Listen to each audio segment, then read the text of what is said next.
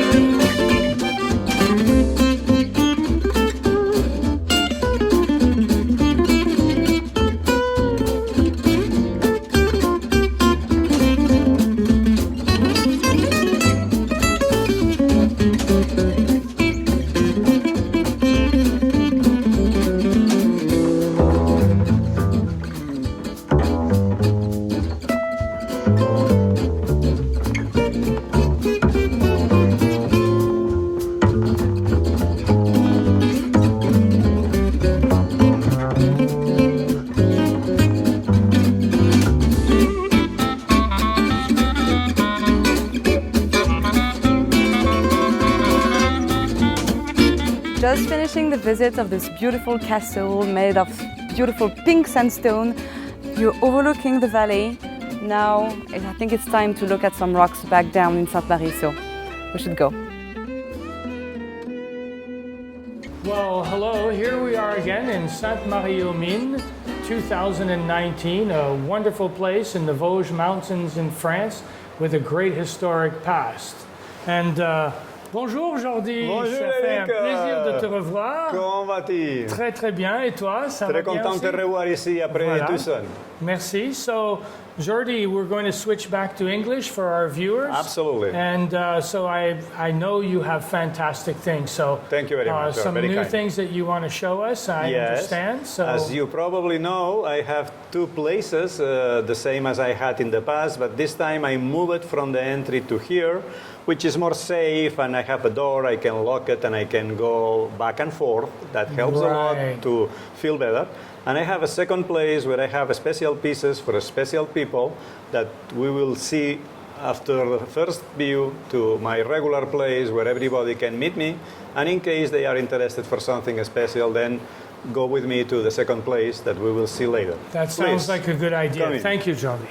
That is something that I would like to show you because it's from France. Ah, okay. And it's a new find made in the year 2018, and until now they don't finish to clean up and prepare those wonderful fluorides from France, from a place never mined before giving this material. So this place, the Four de Cluzel mine. Oh, Père Brune. It's close, Père Brune. It's close to Père Brune, which was well known for fluorides in the past. Absolutely. Yes, yes. But those yellow ones with quartz, some with barite too, like for example this one, where you can see well the barite at the top coated by Coated quartz. with quartz, yes. So this material never comes out before because the Four de Cluzel is a very small mine with a not big production in the past. Okay. And local dealers, they worked hard, they came inside the mine, they found a very nice phylon and they worked well. As you can see, it's in a good shape. They found those wonderful fluorides with the so rich yellow. This is one of the consequences of the price of the minerals, because then the people want to look for, they search for, and they found things. But this is the amazing color, and with the Druzy quartz on top of it, it's fantastic. Yeah, let's show that label to the camera. So then. there we go. We can get the full location. And here, I'll give you the label back. Thank you. But this particular piece, my goodness, and there's essentially no damage to, there's a couple little corners where maybe there's some natural cleavage or something in the pocket, But I'm sure the miners must have been just elated when they found this material. They are so happy that you can't imagine. That's the pleasure to discover something by yourself that no one saw before. I'm sure. So they were the first person in the world to see the material, because these, before it was underground, and they take it off. This is the kind of things that makes you believe in God. Yes. When you find something like And this, by right? the miracles, as Absolutely. we will see later. All right. Well, this is wonderful material. This Thank is you another so much, good example Jordi. for with quartz, coating with much the more faces, quartz coating on it. and yes. more perfect. Yeah. Wow. Anybody should be really pleased to have a piece like this. Absolutely. Yeah, I like the way the druzy quartz is basically covering most of the crystals, but you can still really see, especially on this large front crystal, the beautiful color. So Great description. absolutely fantastic. So as we said, I have, good few things here, but the real special ones are in another place, and now we will go, if you want, to another place to see some miracles, some new find, and some classic. All right, that sounds wonderful. Let's go. Let's go. And here we have a special room. The secret hideaway. Thank you, Jordi. Yeah. Please. Please come in. Here I have a kind of showroom, but it's everything not displayed in showcases, but it's prepared for special customers to have with they, a talk and speak about the collections and discuss about the pieces. Very so good. let me show you what I want to show you special. In this box here, for example, you can see one good example of what was the main novelty, no doubt, in this show, the vanadinites from the recent finds in Morocco. My goodness, these are huge crystals. Why they found this and why during the last years they didn't? The reason is that someone very smart thought that the vanadinites should appear also down, because in the mine in the past, when they mined the vanadinites, they found vanadinites in the deep part of the mine, until 90 meters deep. So someone dug 19 meters deep for 4 years, until finally he discovered that he was right. And he found this unbelievable pocket with crystals of vanadinite in 4-5 centimeters size. Oh, this is absolutely amazing. I mean, we've seen vanadinites from Morocco, from the Bladen area always. for many years. All my life. And a lot of them, but these are just, the size of these is absolutely fantastic. Yes, this is quite a piece. I mean, this crystal over here, the complexity with all over overgrowths and some matrix even. And you even have yes, there you go.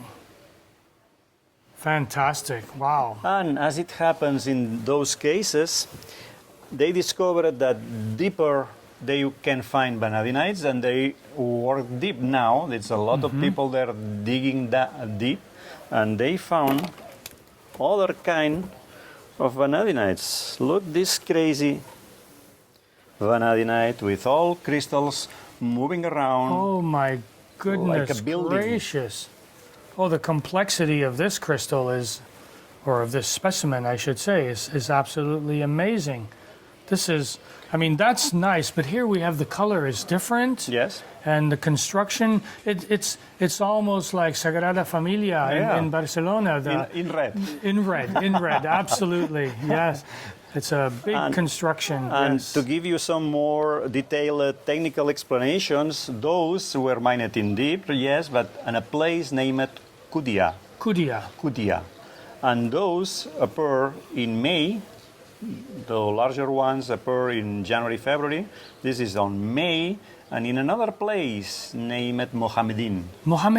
It's all the same area, It's all the it's same. It's just a local name from the local area, but they doesn't come from the same place that the larger ones. What it means that in the future, if they continue digging deep in all the Midland areas, maybe they will find other things. More things, yeah. Like, for example, And this. are they still mining by hand mostly? Just Absolutely. small tunnels, barely as high as the people? Not industry, not engineers, This is only by hand. all artisanal type All mining. artisanal. Yeah, that's why a piece That's- like this, so fragile, can comes out without damage. Yeah, that's, With yeah, of industrial course. technology, It would be all completely damage. broken. It would be a lot of pieces this big.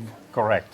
Yeah. But as I said before, take this, take an example of what could happen. So that's again oh different. my gosh, this is like a plate.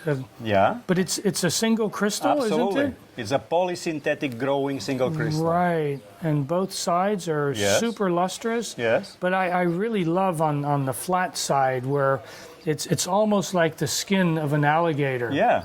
The way Yeah. it's coming Yes, out. right. And beautiful color and luster. Wow. Boy, So, they must have been happy when they found these. Yes, Oh and my goodness. us probably we will get a golden age for vanadinites in Morocco, because it's not only that they found super pieces like that, but they found many different styles, digging in a place in the second level on the phylum where they never mined before, and who knows what will comes out on that part of the phylums of Midland. So Midland has multiple veins. Filon Yeah. is the Yeah, European veins. name. Yes, So veins, veins right. of minerals. Yes. And at different levels, of course. Mostly two, but Mostly, they yeah. always work it on the first one, because as they did artisanal, as you say, Yeah. they can go deep because they risk their life. Yes. You know, this is found about 90 meters deep, or the larger ones, which is very risky for the health of the person. Well, who is- they can have collapses quite or, easily. or a huge rain Oh, of course. can yeah. float everything with the guy inside, and without time, to go out or go make out, a tunnel to go out by 90 meters deep. Yeah. That's very deep. One doesn't think of huge rains in Morocco, but you can on time. Yeah, yes. time to time, yeah. Wow, this is pretty nice. I really thank you so much for sharing that with us. That's why we can call the real main novelty in Sainte-Marie-aux-Mines show 2019. But in Sainte-Marie, there are also classics. Classics are things like this. This is from a private collection of a French collector, Philippe Morellon. And Okay, this Philippe is Morellon, a yeah. really classic French piece that I'll let you explain, because you will do it much better than me. Well, I'm not sure I'll do it better than you, I'm sure but of that. the siderite on the Druzy quartz is absolutely fantastic. But this is the more famous areas It's are Lamure. is Lamure, and then Message is the other. That's the other area. place where they found. Yeah. We saw on the when we came here, we saw a very large siderite group of Yes, crystals. right, and we walked But in. the quality is different. It's very different material. And Lamure is also known for some amazing barites too. Correct. With nice zonation and Sphalerites, sphalerite as well. Yes. tetrahedrites, bouronites. And it's a very funny place because it's a coal group of veins of coal. And for some reason, in the contact on those old veins of coal and the Alpine area around, the best and nicest pieces from many different species from France comes out. And this is one of the this classic is- one from the times when that mine worked. Well, the composition and the contrast Yes. makes this a fantastic piece. Yeah, I can understand. Talking about classics, I still have another classic that I can show it to you. It's from the same collection, the Philippe Morellon collection, and is a piece that I am sure you will appreciate. You like minerals, you like pieces not so common. This is a very aesthetic disclosite. Oh, disclosite is from Bergkaukaz. Bergkaukaz. Yes, sir. Okay, excellent. Wow. And again, I mean, I hate using the same words again, but the luster on this disclosite and the size of the crystals, not to mention this absolutely fantastic arrangement. Yes, It just with the grows up. white It calcite. looks like a tree, the calcite overgrowth. No damage, which is a miracle because the conditions of work in Bergkaukaz and many pieces, as we say before, even artisanal breaks because it's a very delicate Very material delicate, that it yes. can break very easily. So this is an older piece. Do you know Absolutely. approximately when this was Yes, collected? we can take the label from Philippe Morellon. We will know when he bought it. He bought it in 2014, so he bought it recently to Monsieur Chenavier, to another Okay. collector, and we can't follow easily the start of the sale of this piece, but probably on the 80s. So this is something else that many collectors or young collectors Yes. don't appreciate, Yeah. is the genealogy, the history behind a piece, Yes. who has owned it, what collection it has gone through. And it's always, you must keep all the labels. Well, time to time, a miracle happens. Okay. And I got the miracle in the show. I am so happy because I will probably keep the miracle for myself. And let me show you the miracle. All right. Please follow Looking me. forward to this. So the miracle is one of the prostites mined in the beginning of the year in the Boisset area in two different mines, Buismas and Haitaman. Okay. This is from Haitaman. And look at that. Oh my. It's not a miracle? Gosh. And you can see right through it. Yeah, just with the daylight, not the sunlight, just yeah, the yeah, daylight. yeah. Just the daylight. Because it's thin, as you can see. And the matrix is other silver minerals. I yes? should analyze this. It's maybe scuterudite, maybe it's Ramelsbergite, maybe it's saphlorite. I don't know Okay. yet, but I will know it because I will do analysis of that. And if we use the torch and we light behind, Okay. then it will be, as Brian said, the miracle of the hell. So you can feel it. Oh, it just lights up like a Christmas tree. A red fire Christmas tree. This is fantastic. It's the evil Christmas tree. Yes, yes. And it's even shaped a little bit like a Yeah. Christmas Yeah, tree on yes, top. Yes. So that's amazing. It is not a miracle. I think, you know, this absolutely, it has to be a miracle. So, but I suspect this is not going anywhere. Probably I It's will probably keep it. in the Jordi Fabre collection. I collect France, Portugal, Morocco, Yeah. and Spain, so that's Morocco. Yeah. So probably Wow. yes. Well, thank you so much for sharing that. And I'm pleasure. glad you're not letting me hold it. I would be so afraid to have problems I with have a that. strong control because Yes. if I break it, I will lose myself a piece from my collection. There you go. It's not the Yeah. money thing; it's the No. pleasure, a personal pleasure to have this in my collection and enjoy it I as understand. I will enjoy it. Absolutely. Wow, thank you so much for sharing this with us. Really appreciate it. And Enjoy if I the don't rest. see you before, I will see you in Tucson, walking around, searching for That's things. correct, yes. And writing your nice articles for the Le Regne Mineral magazine. Yes, thank you for that. Yes, I Thank you for appreciate your job helping to improve the mineralogy in France and in US. it. Okay, both thank you countries. so much. You're too kind.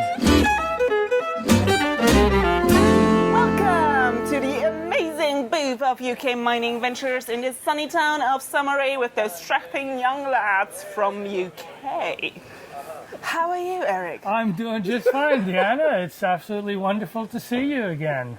Likewise, it's so gorgeous out here. I'm so thrilled. Yes, and I see you're holding some really amazing material there. Will you please tell us all about it? New purple haze pocket, fresh out from the mine, extracted merely 3 weeks ago.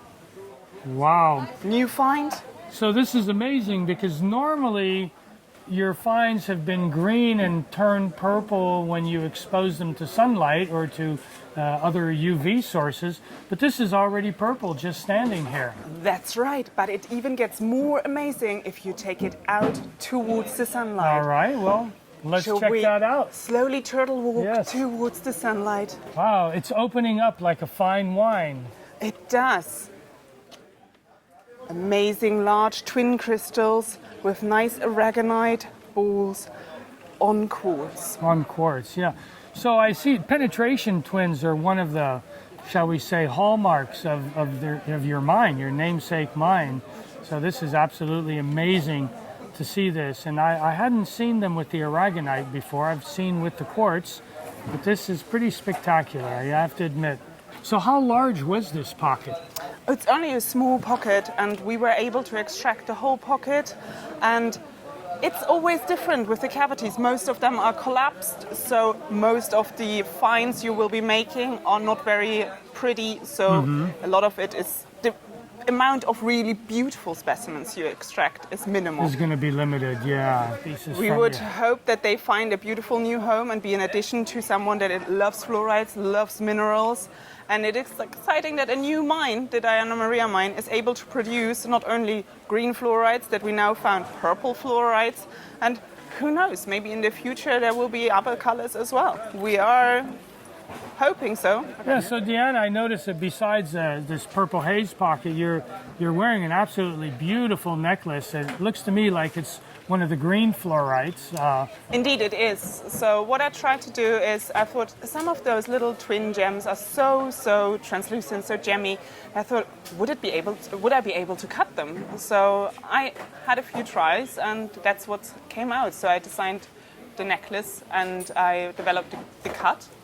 And I find they're wearing quite well. But let's go inside. I have a few other things that I would like to show you as well. Yes, look forward to seeing them. So not only did I think that it would be great to cut the fluorides, but I also thought it would be nice to leave them actually natural and produce a few little pendants with them. So I left the twins natural and just put a little silver faceting on them and leave them as a boho style necklace, which I thought is affordable and I think taps right into the market of young collectors or people that are interested in the alternate use of minerals. Well, what's really nice, I think, about this is that you keep all the natural form, and since these stones are just gemmy to begin with, it's a perfect combination. And they daylight fluoresce as well, so when you go out, you're wearing it outside, they will turn purple or blue in the daylight fluorescent. So it is a really nice accessory. Yeah, that's a really good idea you have there. I really like those, yes. Might have to pick one up for Kyoko even. Oh, I'm sure she would love one. Yeah. So matching to the pendants, of course, I designed a few different cuts for earrings as well. So at the moment, I just had the trillions as earrings set and the rounds as necklaces, but I'm planning hopefully for the future, maybe even in Tucson, to have a launch of an actually set collection. So you have matching pendants and earrings, so that collectors' wives that always maybe feel that they are shortcoming when their husbands purchase some nice specimens can now add to their collection, so they have the specimen to wear. Eric, why don't we go back to the theater and go and look at some of the fantastic specimens that Crystal Classic has brought, and you can continue with Ian. Okay, that sounds like a fantastic idea. Let's do that. All right, let's go. All right, Ian, wonderful to see you again. Yeah, and you, here Eric. we are, back in Sainte-Marie. Back in Hot Sainte-Marie. Yes, this year is definitely going to be a smoker, shall we say. 40 degrees today. Oh my gosh, I can't wait, let me tell you. Especially with your hangover. You were going for it last night at the party. A little bit, shall we say. Yeah. For Sainte-Marie, we bring, the Sainte-Marie shows are very different than the things we would normally put out at the American shows. We have a strange mix here. The French have a taste of beautiful display minerals, not so expensive, but we're right on the border with Germany. So the Germans come over and they like to buy the old classics, the German greys and silver minerals. So, it's important to have a real mix here of old classics, new display things, and we'll go through the cabinets and you can see a real mix of minerals, trying to please everyone. We were at in Freiburg a few weeks ago for the opening of the new Freiburg exhibition, and they had just found this, from a new mine. Believe it or not, it's a new mine in Germany. A new mine in old Germany. A new mine in old Germany, up in Saxony. And it's a fluorite mine. It's been working a few years and has produced very few specimens. These are chalcopyrites on... yeah. And that's pretty neat. I like the way they're peppered all over the cubes, the fluorite cubes. And I'm not going to try and read the label, but that's where it's from. So fluorite with chalcopyrite. I can read that bit. Yeah. Oh well. From the new Strasburger Glück Adit in Niederschlag, Barenstein District, Erzgebirge District, Saxony. They always love. That's a very concise label. Look at that. Yeah, really. So this is nice because it's something new from Germany, which is not something we see all the time. Well, and and it's not the gray, that matches the weather in Germany most of the time. So I think this is actually quite nice, and some fairly transparent, cubes it's nice, in here nice and as well, lustrous as well. Well, I wouldn't complain one bit if I had a piece like this in my collection. This is not the most beautiful specimen, but it's from Black Forest, and how often do you see nice Black Forest fluorites? Oh, right, right. This is a really nice one. You've got the little dusting of quartz from yes, absolutely. Gruber Clara. So, from the Clara mine, yeah. No, I've actually been there, and you're right. Usually you don't get such spectacular pieces from there. The aesthetics of this piece are quite nice. Yeah, and if you hold it up, then Brian can probably get the zoning inside this one. This is beautifully zoned. That's right, yeah. Hold it still, Eric. I know you got the shakes, but... I've got to rotate it a little bit, though, so that we can see some of the druzy quartz and everything with this. Wow. So I'm assuming that this must have been a pretty spectacular pocket. The people must have been thrilled when they ran into this. Yeah. All right. Very nice.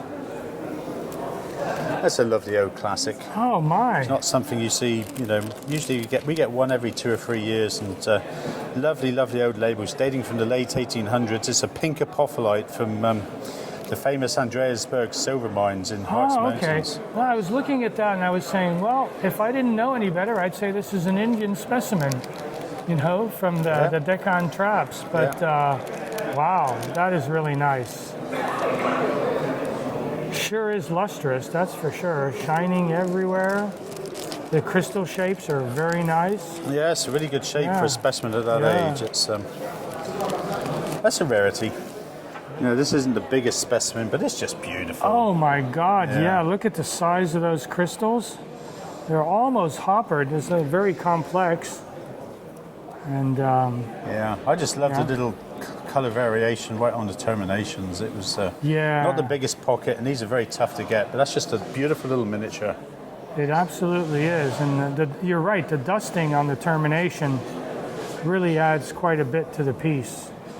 It's something that's very rare. We've actually got pyromorphite growing on fluorite crystals. Oh, it's on fluorite.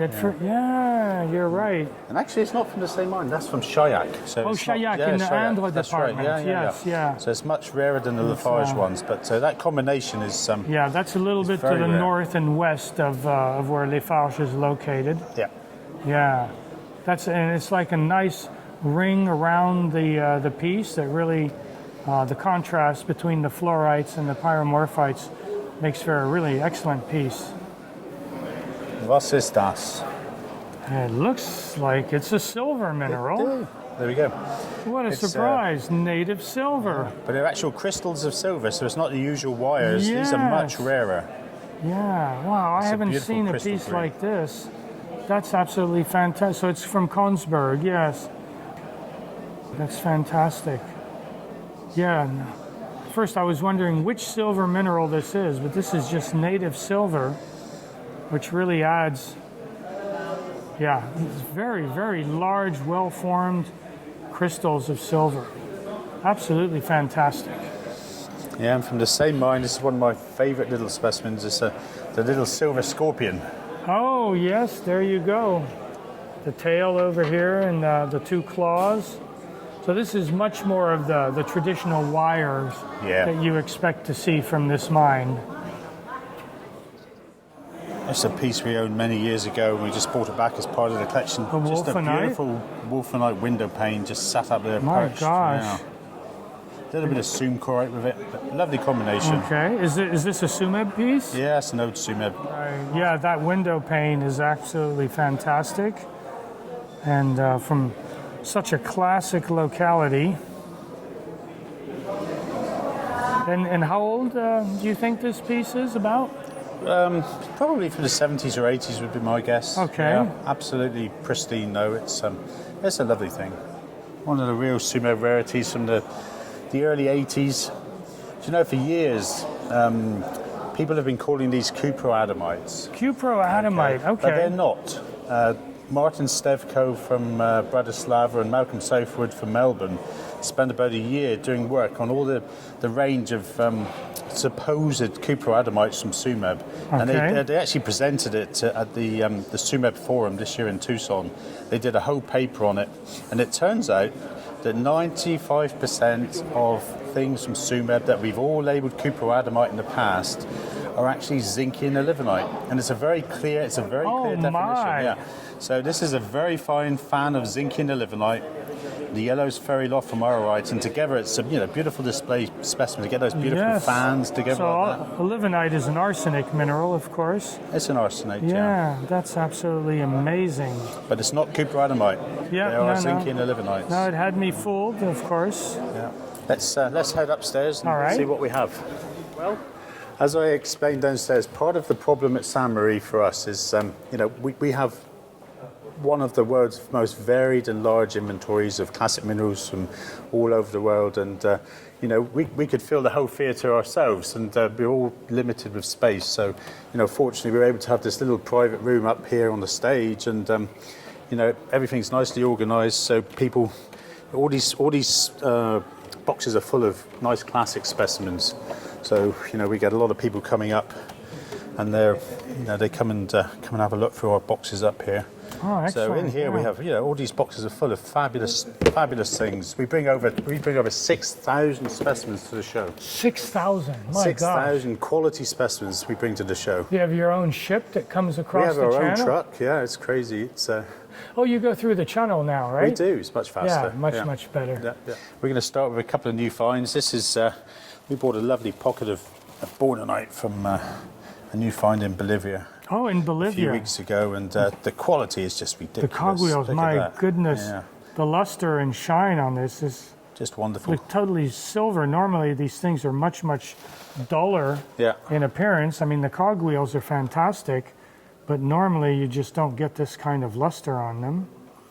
And even all the way inside here with all the quartzes, there's additional bornonites in very fine shape. Yeah. Nice little bit of fibre going on there. That's a wonderful combination piece. Very rare to get it with the quartz like that. Yes. Yeah. That's absolutely fantastic. This is something I was proud of. Just a lovely little display. Fluorite on calcite. Yeah. Right. That's an old one. Where is this one from? It's a Peruvian one. It's Peruvian as well. From Juan which is very famous for its superb lustrous pyrites, but they have some other very nice things as well.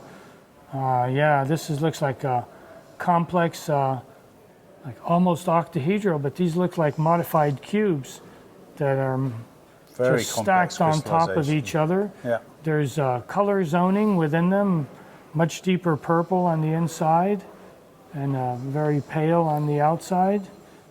And I like this kind of calcite too, because it doesn't take away. It actually really makes a nice background for the other crystals.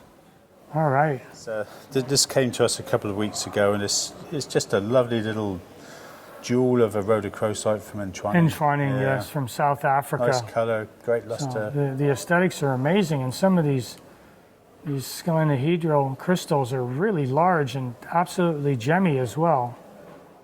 I'm very fortunate to have gotten this piece. Wow. Yeah, this will be a very lucky collector who ends up with this particular one. Mm-hmm. We'll take these downstairs just so you can see the difference and see what they look like in the artificial light and then out into the sunlight, because we found some things that are really quite exceptional. All right. And, we'd like to share them with everyone and Sounds see what good to me. All right, let's go. So here we are back on the main floor, and I'm going to show you two things. First of all, I'm going to show you this. This is wonderful. It shows you just how good these fluorites can get. And in the Diana Maria mine, all the best specimens come from very small cavities because the fluorites are well preserved. There's no water flow. Typically, the cavities are all full of clay, and when they're full of clay, the fluorite crystals are really well preserved. So it's a protection cover, effectively. Yeah. And once every 5 or 6 months, we'll hit a nice small pocket of something. And this latest pocket was really something extraordinary. These gem twins are some of the nicest we've ever seen. Oh, yes. Yeah, this is the much more common occurrence where you have this sort of frosting within the crystals. But yeah, these twins are just, I mean, it's like they're gemmy through and through. Yeah, they're complete gem. The color is intense. You can already see, even with this light, I think just the natural sunlight sneaking in from outside is, you can already see some shades of blue coming out of them. Yeah, and the good thing is in the under LEDs in the cabinets, they really look deep emerald green. It's just, they're just wonderful. Yeah, and if you walk out now to the sunlight, you can see slowly. You can see the change. All right. They almost explode. Yeah. And what we'll do as we walk out, we'll do this one as well. This is you already filmed some of these out of the tent. Yes. And this is this was the nicest one from the Purple Haze pocket. Oh, the Purple Haze, yeah. Small. These are from the Northern Flats in Diana Maria, and this is from the Southern Flats. All right. They're only about 10 meters apart, but green, purple, and purple, absolutely 10 meters different. apart. So, you know, if you walk out with them, you can start seeing the color change. All right.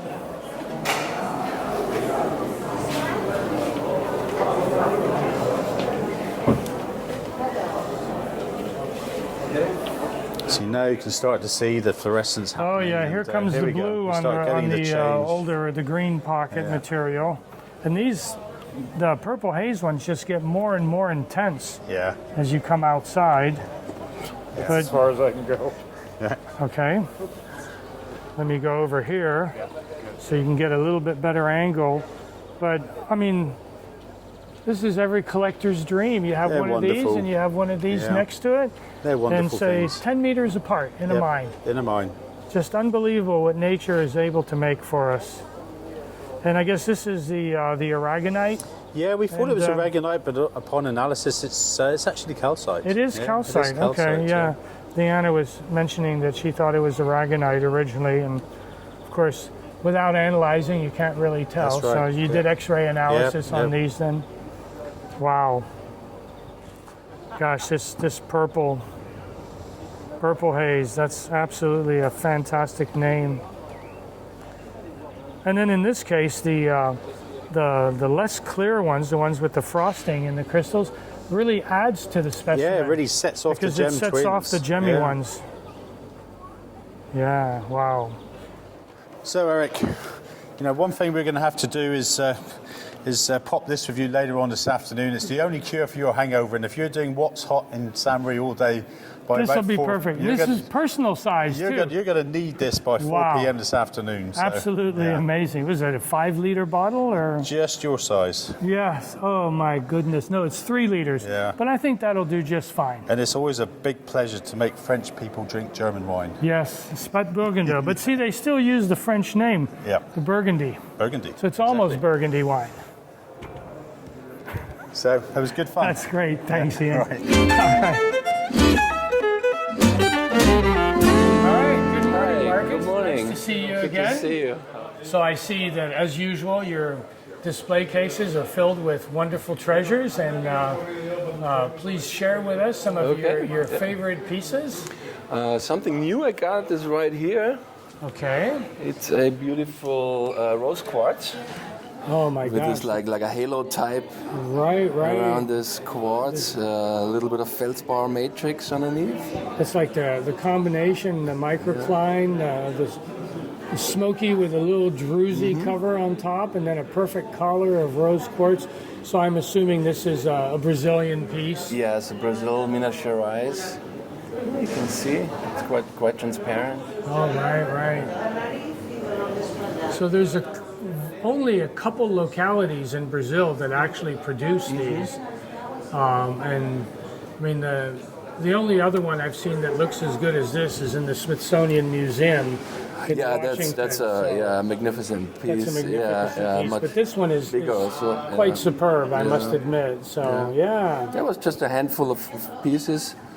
So in this case, that looks like Goboboseb area. Exactly. So, and you can see it has a dolomite, like the small little piece of dolomite. I was wondering what and that on was. top yes. are calcites. Are calcites. Excellent. So, beautiful and I mean, piece. we're looking at a considerable size piece here. Normally, we see nice color in the smaller ones, but a big one like that is that's pretty amazing. Yes, indeed. So. That's also one of the recent things I got. You know, I only find a few pieces every year. This was one of the finest I ever got, actually. Yeah. So. Yeah, it's always have a few pieces. You have like some secret special pieces here hidden in the pieces? boxes. Okay. Yeah. Looking forward to seeing those. You probably heard there was a recent find of Proustites in Morocco. Oh yes. I don't know if you can get that. Well, this is It's a really perfectly gemmy, good gemmy red color. extremely bright. And then we're looking at about 2.5, maybe 3 centimeter piece there. Yeah. A little over an inch, yeah. A really deep red color. It almost looks like it could be a ruby other than the shape, of course, you know? So, Exactly, yeah. Oh, A really what nice a Japan Law twin. Oh my Panama gosh. twin from Nepal, Himalaya Mountains, Nepal. Okay. And, it's, And I just love the aesthetics and the balance. Right, It's just right. beautiful. because Couldn't be better, you know, it's just... those Nepalese quartzes are just totally clear. It's like you're looking through a perfectly made ice. yeah, And then to have that, and it's really that 360. Japan you Law can- twins, or as the French would say, Lagardette twin. Very similar, yeah. Yeah, and so Different color, the Lagardette, they have like a yellowish a little color bit to of the a quartz. tint, yeah. But this is absolutely colorless and transparent through and through. That's also a recent find from Marilani in Tanzania. It's an apatite. Yes. Oh, okay. You've seen a few larger pieces are around here at the show. Right, This is the nicest for quality I've seen so far. Okay. Let me get the light here too, so you can see some of the color. It's a very It's a bluish green. yeah. Yeah, finding apatite crystals of the sizes that this one is already large. It's but nice, It's an very, amazing very unique find. color, and termination is fine too. This one I love. This is really cool. I know it's very hard to get the green color on a video or on a photo on a digital, but This is South African fluorite? No. it's from Namibia, From Namibia as Erongo, well. Okay, yeah, Erongo Mountains, Erongo, right. and it really has. I hope you can catch it. It really has like an emerald green. Yeah. And these fluoresce immensely from what I I understand. didn't try it, but possible. Yeah. I've seen some before that had really nice fluorescence. So yeah, the color Just, is the color just is really like absolutely amazing. Has tiny little aquas with it and mica. Yeah, almost Goshenite. Little the shells. aquas, Yeah. Very, Yeah, I love this one. very fine Beautiful. aesthetics as well by having multiple species on the same piece and the large There's fluorite. some tiny shoral needles. Do you see that on the termination? Oh yes, Yeah, absolutely. Yeah. So Marcus, thank you very Thank you. much for Thanks. sharing with Thank us. you. We Thank you. really appreciate the treasures that you Thank you. you bring to the world here. All right. So, thank you See very you. much. Bye-bye. Okay, see you. Hello, Anton. It's Hello, Eric. wonderful to see you again. Nice to see you again, yeah. So I can see right away you've got a new find to show us, but you have a whole bunch of other specimens that Yes, we want to I- start with. I So got a really great amethyst from the Austrian Alps. Let me open. This is fantastic amethyst from Carinthia, Austria. okay, I wow. would say it's the second best find of amethyst ever to come from Carinthia. So these are scepters. These are scepter, yeah, but you Yeah. know there was the famous find from Tignites with darker color, and these have lighter color, but they're really exceptional for the form. Look Wow. at the scepters here. And it's So many complex, all scepters. multiple scepters, and every crystal Yeah. has its own scepter on it. And I do especially like this scepter here on top with two heads. Right, and the right. tip of the crystal in It's between. still sticking Still- out, still that's right, sticking because there, it yeah. doesn't go all the way around on it's- this one, yeah. Wow, that's pretty That's amazing. really gorgeous. Yeah, piece. For it's Alpine standards, it's a fantastic amethyst specimen wow, yes. in big size. Can you tell us a little bit about this new find of Vivianites? Yeah, I was very surprised, and when these came out, so the first time these Vivianites from Roșia Poieni, Alba County, Romania, came out in January. Okay. This Roșia Poieni is a very big open pit mining. So it's a copper mine, It's right? a copper mine, Yes. yeah. It's the second largest copper mine in Europe, I was told. They are mining on 80 levels there, so it's really deep mine. Oh, wow. And they hit this zone first in January, and then the pieces were all put aside. And actually, the biggest pocket they hit end of February, beginning of March, where these huge crystals. So it just missed Tucson. It missed Tucson, yeah. But you know, mining doesn't go after this. Right, it's right. as it is. So these were found on lower levels or higher up in the I don't mine? know actually. You don't I don't really know, but exactly. they come back to this zone every couple of weeks because Okay. they are going round Yeah, in they the keep- mining process. And in March they hit this fantastic pocket. The biggest crystals from this pocket were 18 centimeter. 18 centimeter single crystals, That's incredible. about 5 centimeter wide and 2 centimeters thick. So So it's fantastic. 18 centimeters is about 7 inches for American Yeah. Over, people. So yeah, a bit over 7 a inches. bit over 7 inches. That's absolutely amazing. truly So that this remarkable. is truly competing with other world class. For example, the Bolivian. I think they are the color and the on some way clarity on equal these to the is Bolivian, to the fantastic. famous Bolivian Yeah, Vivianites, from Huanuni, yeah. if not better in some respects, for the sheer size, also for the color, they're a bit different.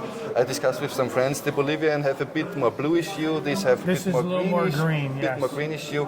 But look at the clarity, the luster, the color. So this is world Well, class. and you can see through them, practically every one of them. And it's, as you said, the luster, they're shiny, they're really gemmed. Yeah. That's just superb, I tell you. And No, these I look at will this, be I'm in classics awe. of the future, and I think they rank among the best in the world. yeah, of so course. a world-class find. So, This is very Let me important show find. you two special pieces from Oh, this you find in have the some back. hidden in the back, Okay, of come course. on, All come on in. right. Oh This is my indeed goodness. a beauty. It's a fantastic piece, superb aesthetics. I like the way how it formed on these two pieces of matrix. You know, the matrix in this pocket was kind of breccia. There were Okay. many little rocks, and the crystals formed there. So that adds to the aesthetics of the piece to have some of the matrix attached to it as well. Yeah, indeed. And this is the ore that they're mining, actually, then. Yeah, this is the rock. This Yeah. is the rock. Yeah. This is some iron content and some copper content Right. and even some gold content in there. Because you have to understand, this locality is just 6 kilometers away from the famous Roșia Montana or Oh, where okay. Spartak area, Right. where the best European gold golds came specimens from. came from, So yeah. it's just 6 kilometers in between these two localities. So there's a fairly high gold content in the rock here. Yeah, I learned it's about 13 grams per ton. 13, and that's it's really very worth- valuable. Yeah, it's worth mining it, and they're doing also some gold mining in some areas of this mine. Not right. everywhere, but some areas. So it's a real treasure mine, then, of course. yeah, it can be. This is a little cutie. Oh, to me, my this is goodness. my favorite for aesthetics from this find. It's a doubly terminated crystal on two crystals on two standing other upright crystals, yeah. with a little part of matrix here attached And, to the and side. absolutely flawless on the small doubly terminated crystal. Flawless. Yeah. And even the upper ones are also flawless. So See the clarity, yeah, absolutely. the luster, the gemminess. Isn't that fantastic? My gosh, I never cease to be amazed. I mean, I've seen a lot of really beautiful things, and Yeah. in your stand especially, and in a few others. But when you see something like this, you can't help but be in awe. You know? This comes from Brumado, From Brumado, Bahia, okay. Brazil. It's a red Euclid crystal. Actually, this is bicolored. You see, it's red Right. and orange. And orange. I On the mean, side? most of the time we see this blue euclase Yeah, blue or greenish. blue or It's greenish, more common yeah. from Ouro Preto. from Ouro Preto. That's But correct. this is different locality up north in the state of in Bahia. Bahia, yeah. Actually, the guy would not tell me the accurate locality now. It's still secret. It's some kind of garimpero. You know, Right, so small these- miners. Right. Small miners. Artisan miners This who was want to keep it secret. Only very small finds. So the amount of specimens from this pocket were around 30 to 40 pieces. Okay.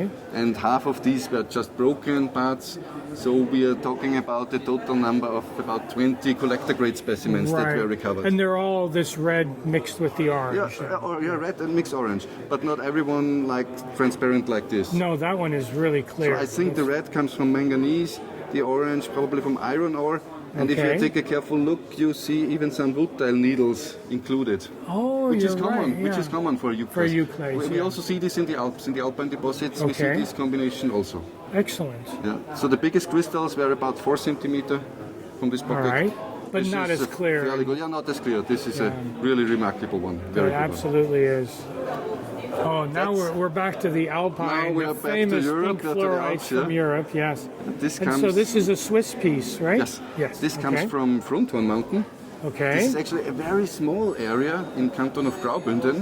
Okay. This is in eastern Switzerland. It's not Canton Uri or Grimselbach, of the Canton Western- Bern, which are more famous. Yeah. This is it's just one mountain where they find it's not really area, it's just one mountain. a single and mountain. only the north face of this mountain. That's The north face, interesting. but the north face, and this is interesting about these things, the north face is in permafrost. So when the strahlers get the chance to find the pocket and open it, you have very good chance to take them out in perfect condition. Because when they nobody stay, has had there before and it's because completely closed it's in. Closed. It was closed for thousands of years in the permafrost. Mm-hmm. And when you open, you get this fantastic luster on the pieces, Right. Well, which we are not used to from other localities. And the color is very deep as well, you Yeah. know. So, but the This is the a jewel. smoky quartz is really very very smoky. The radiation in the rock there must have been quite This is also high. special and unique to this to this locality because the smoky quartz is exceptionally dark. To Yeah. get this combination, you know how That's many pretty localities are amazing, there in yeah. the world? It's just very, very few. Wow. This is a fantastic TESSIN style Oh yeah. quartz. Yeah, the tessins are they get tapered as They they, get go up to tapered, the yes, top. and they yeah. Mm-hmm. show these distinct striations. You see? But this is huge for a This tessin is huge. habit. Some Swiss strahlers told me this is the biggest they've ever seen on matrix. Okay, yeah. Well, they know bigger in single. For floater the biggest crystals, single yeah. I am aware of is about 30 centimeters Okay. tall, but this is about 5 inches. So So it's the- almost 15 centimeters. Almost 12, 15 centimeters. 15, yeah.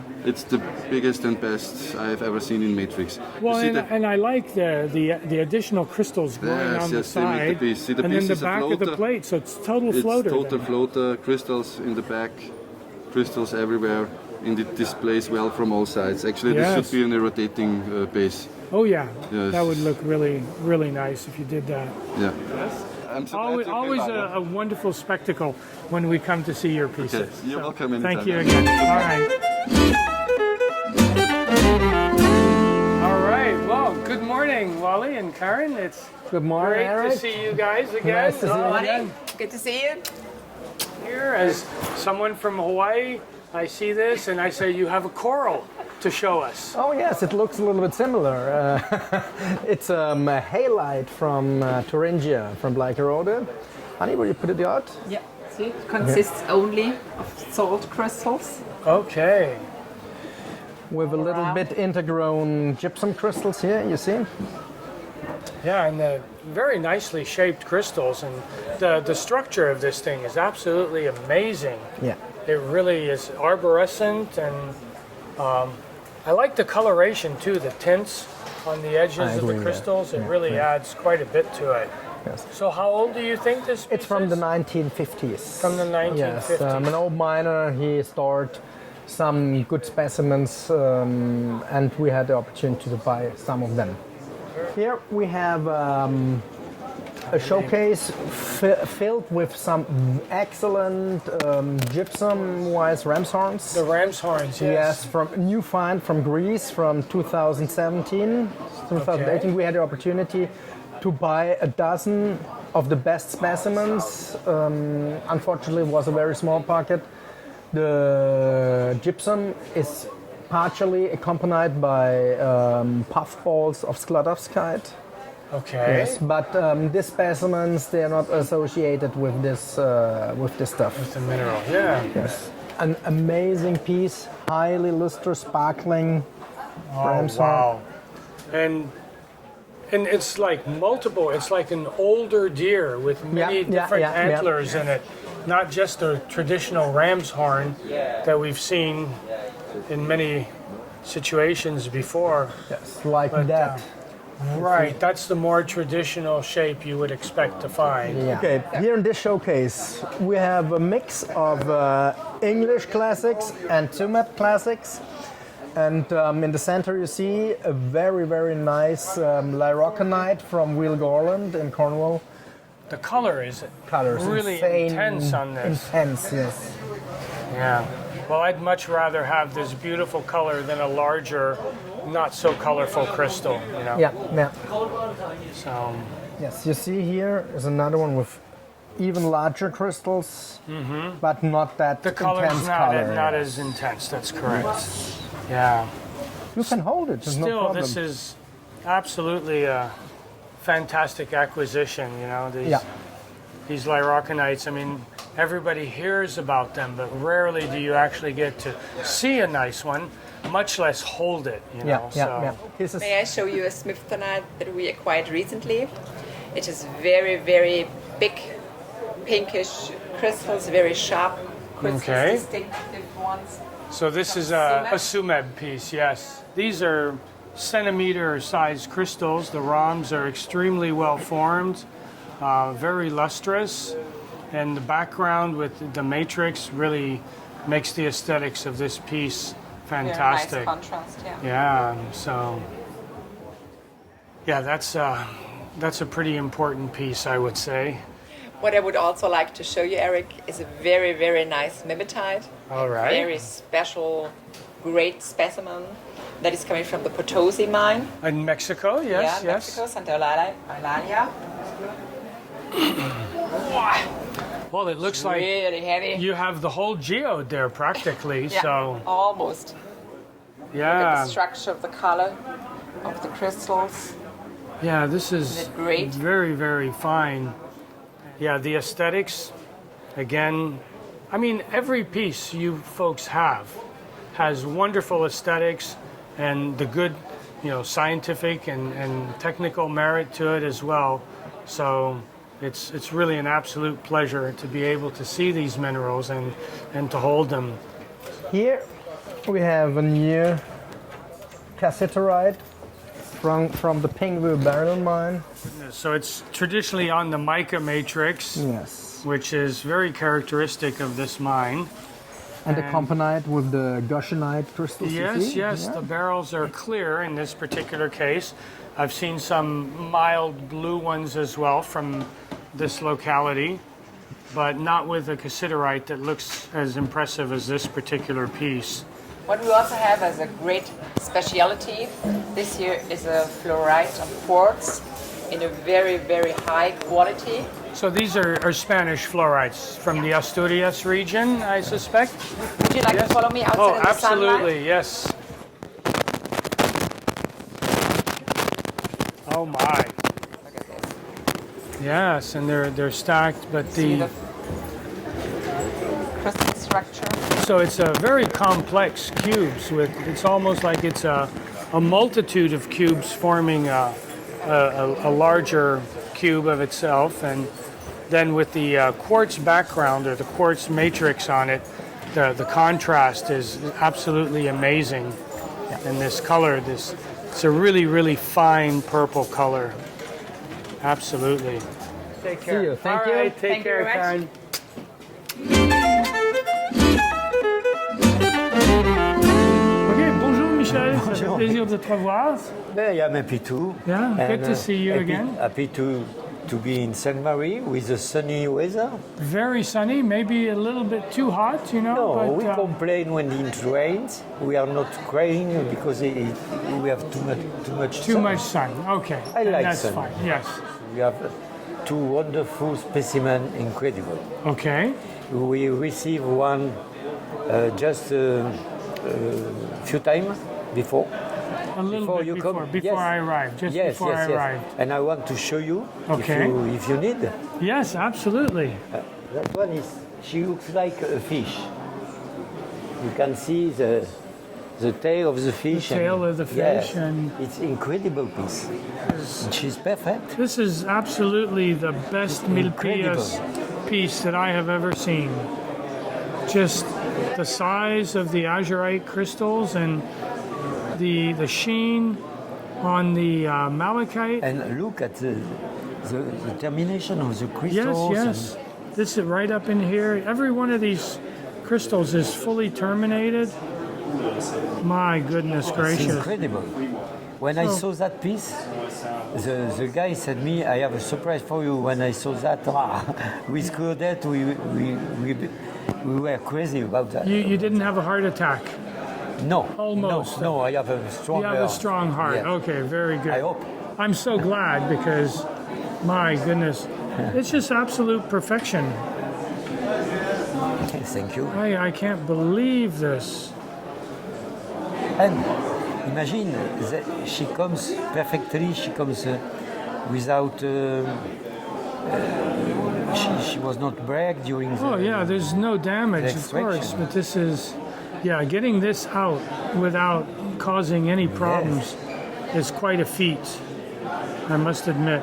This blue, the Milpillas blue is absolutely amazing. They are the new. In the past, they were not electric blue like this. That is like electric blue.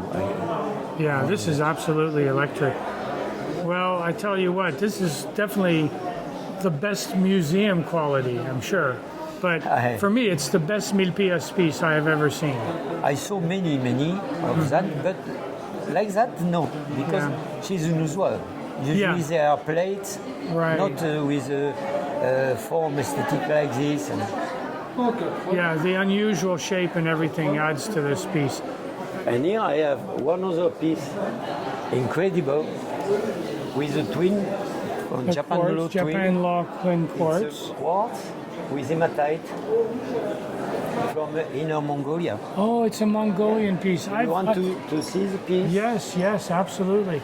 And I saw before some Japan Law twins, but without matrix.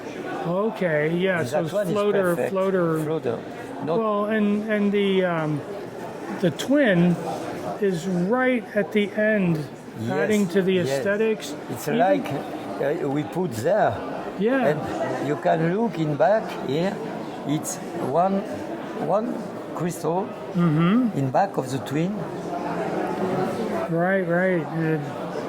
And every single part of this is absolutely amazing. And you can feel that it's becoming a scepter. Yes. Yeah. Yes. With a finger you can touch it. Well, this is another amazing piece. So Inner Mongolia. Inner Mongolia. Yeah. So thank you. Thank you you are again. nice with me. All right. Thank you so much, Michel.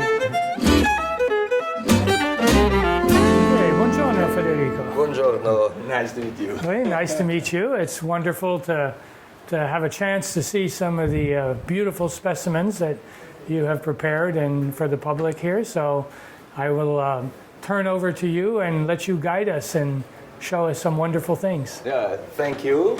And I would like to thank my colleague, which is escaping, hide somewhere. Hiding, yes. Because Alessandro Palladini is the one taking care of this part of the project for our company. Okay. So he is the one running the shows and which likes to deal with minerals and so on. Okay. I'm more on the side of the technical preparation and in the lab. And I like much more to go in the field and collect. And well, your preparation labs are quite well known throughout the world. Many people send you fantastic pieces and they come out even much better when they're finished. Thank you. Actually, what we do is trying to find the potential of each piece, trying to bring the piece to the best possible appearance, leaving it natural. Right. And not touching the nature of the piece. What makes this piece special is the level of the color of the two sections.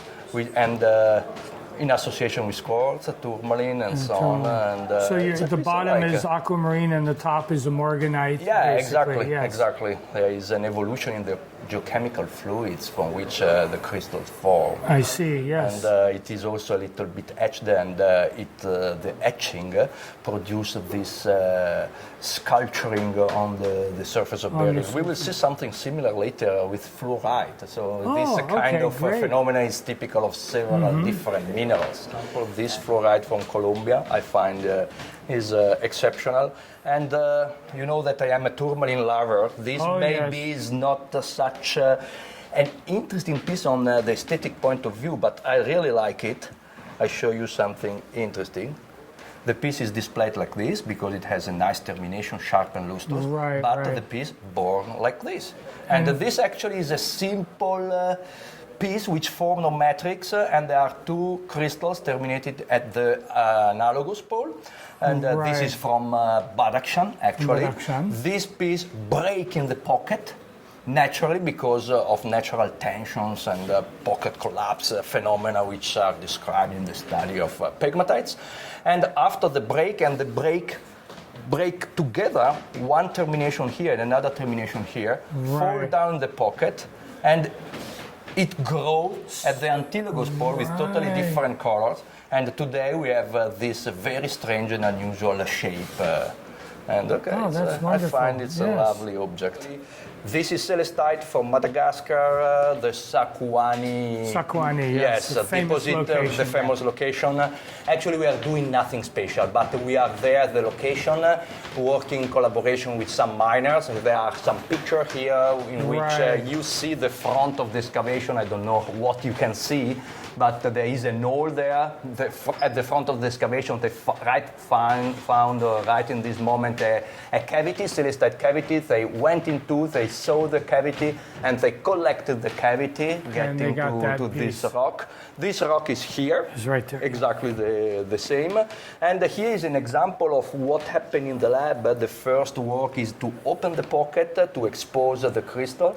And the third step is to clean perfectly, trim perfectly the piece, trying to expose as better as we can the crystals and remove from the surface of the cavity all the rock in order to expose celestite in all directions, and they come out very lovely pieces. So all that's left is basically the inside, the actual, but not matrix of only the celestite, leaving the mother rock completely out. Actually, it depends from what do you want to achieve, but in any case, during this process, when you find a big cavity, at the end, we try always to locate the heart of the cavity, so the part in which the best crystals are, and trim out this part. The rest is commercial stuff, which is sold for cheap, and it is a very lovely process. And we spoke before about some Pakistani bicolor beryl. This one you saw there is of special quality because of the transparency, but these are less transparent, but in any case lovely. They come from a different pocket. Same phenomena, different pocket. But what's the difference here? We had aquamarine with morganite, and here now we have morganite with aquamarine. Yes. And it's on the matrix. On the matrix, so this is, may I? Yeah, oh sure, my goodness. Oh yeah. And, this is very nice. It's nice when you get the albite with it as well. Yeah.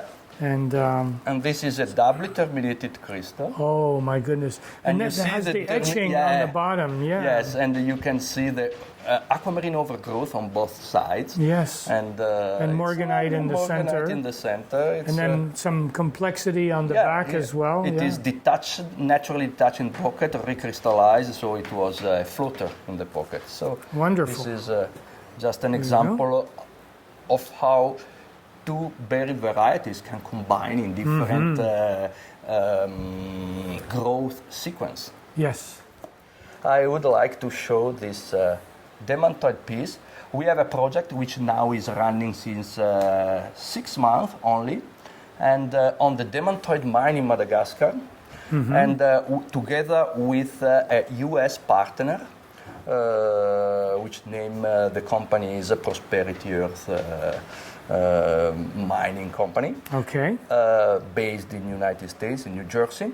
Actually, we went on mining this deposit, which was discovered in 2009 in Madagascar, and after long processes, long problems, big problems, and so on, typical of Madagascar, actually became available for making a proper mining activity. All right. And this is an example of the best pieces we are collecting now. This is great. Unfortunately, I can tell you that 99% of the production is broken down to make gem wrath.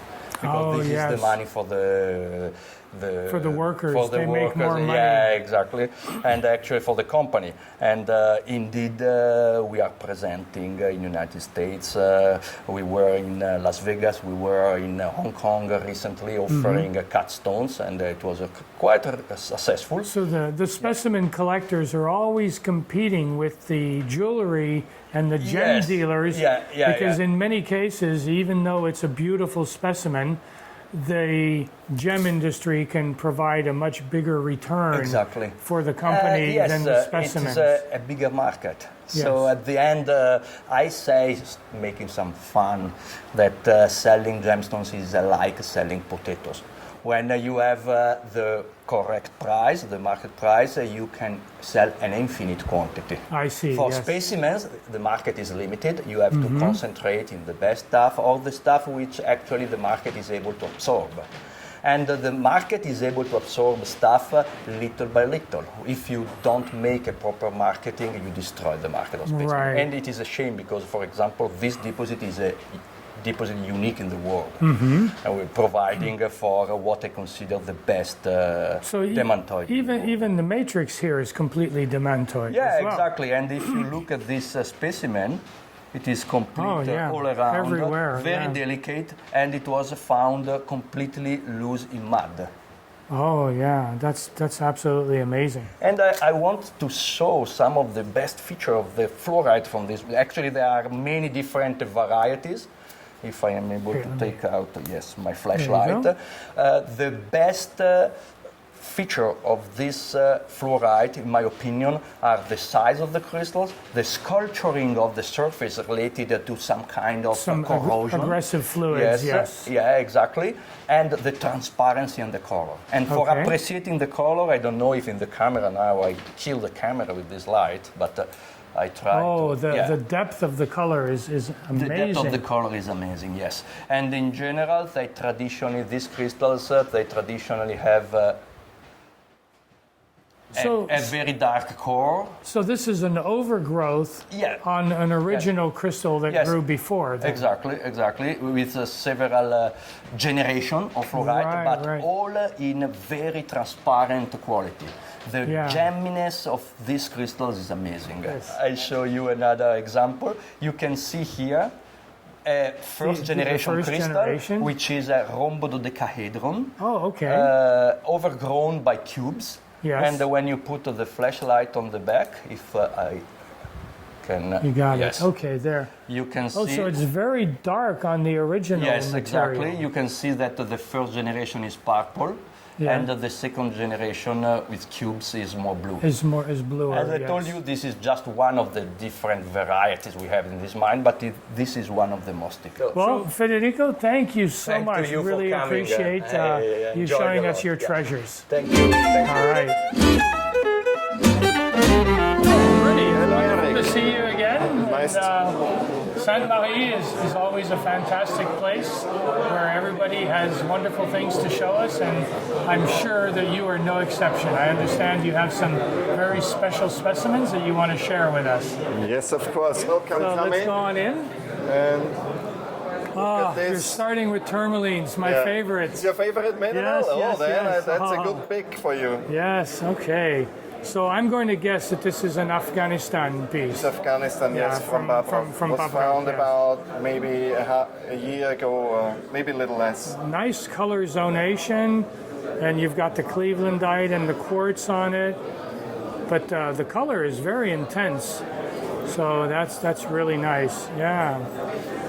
It's not easy to get the piece with long elongate crystal like this with multiple color zonation. Yeah, and so the pink grading into a light green, darker green, then this section a little bit off color, but then goes back again to a really nice green. So, yeah, the changing colors really makes a huge really difference wonderful in the specimen. piece. Yeah. And what is nice extra is you have here the small, perfect crystallized quartz also. And the Clevelandite is always really very nice crystallized on that piece. So yeah, the aesthetics, of course. This piece is really fantastic. Oh Look my at that. goodness, these spinels, the size and the color, the intensity of the color is absolutely unbelievable. That's a wonderful specimen. Wow. It's like blood red, like the best ruby color of red.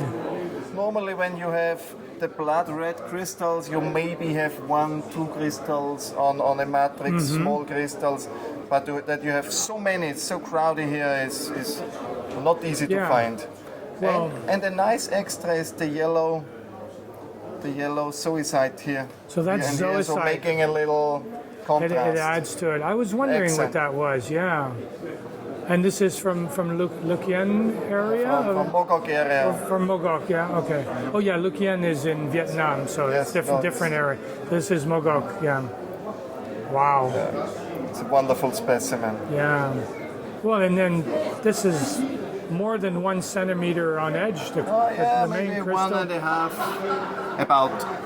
And what is nice, the two top crystals, they are not even touching each other. There's you're right. Really thin. Very small amount of space between them. Between of them, yes. Yeah. And this is very special for the locality. Okay. Because I've never seen this color and clarity from that locality before, and especially the color. So, if I had to guess, I mean, I would say this is a Brazilian green, but I understand that this is not from Brazil. No, it is not. That's what the first impression would be, but this comes from Hedge in Afghanistan. Wow. And it's the best crystal I've seen for the locality with the green color. A really nice termination, and it's actually several crystals vertically attached, and that's just fantastic green.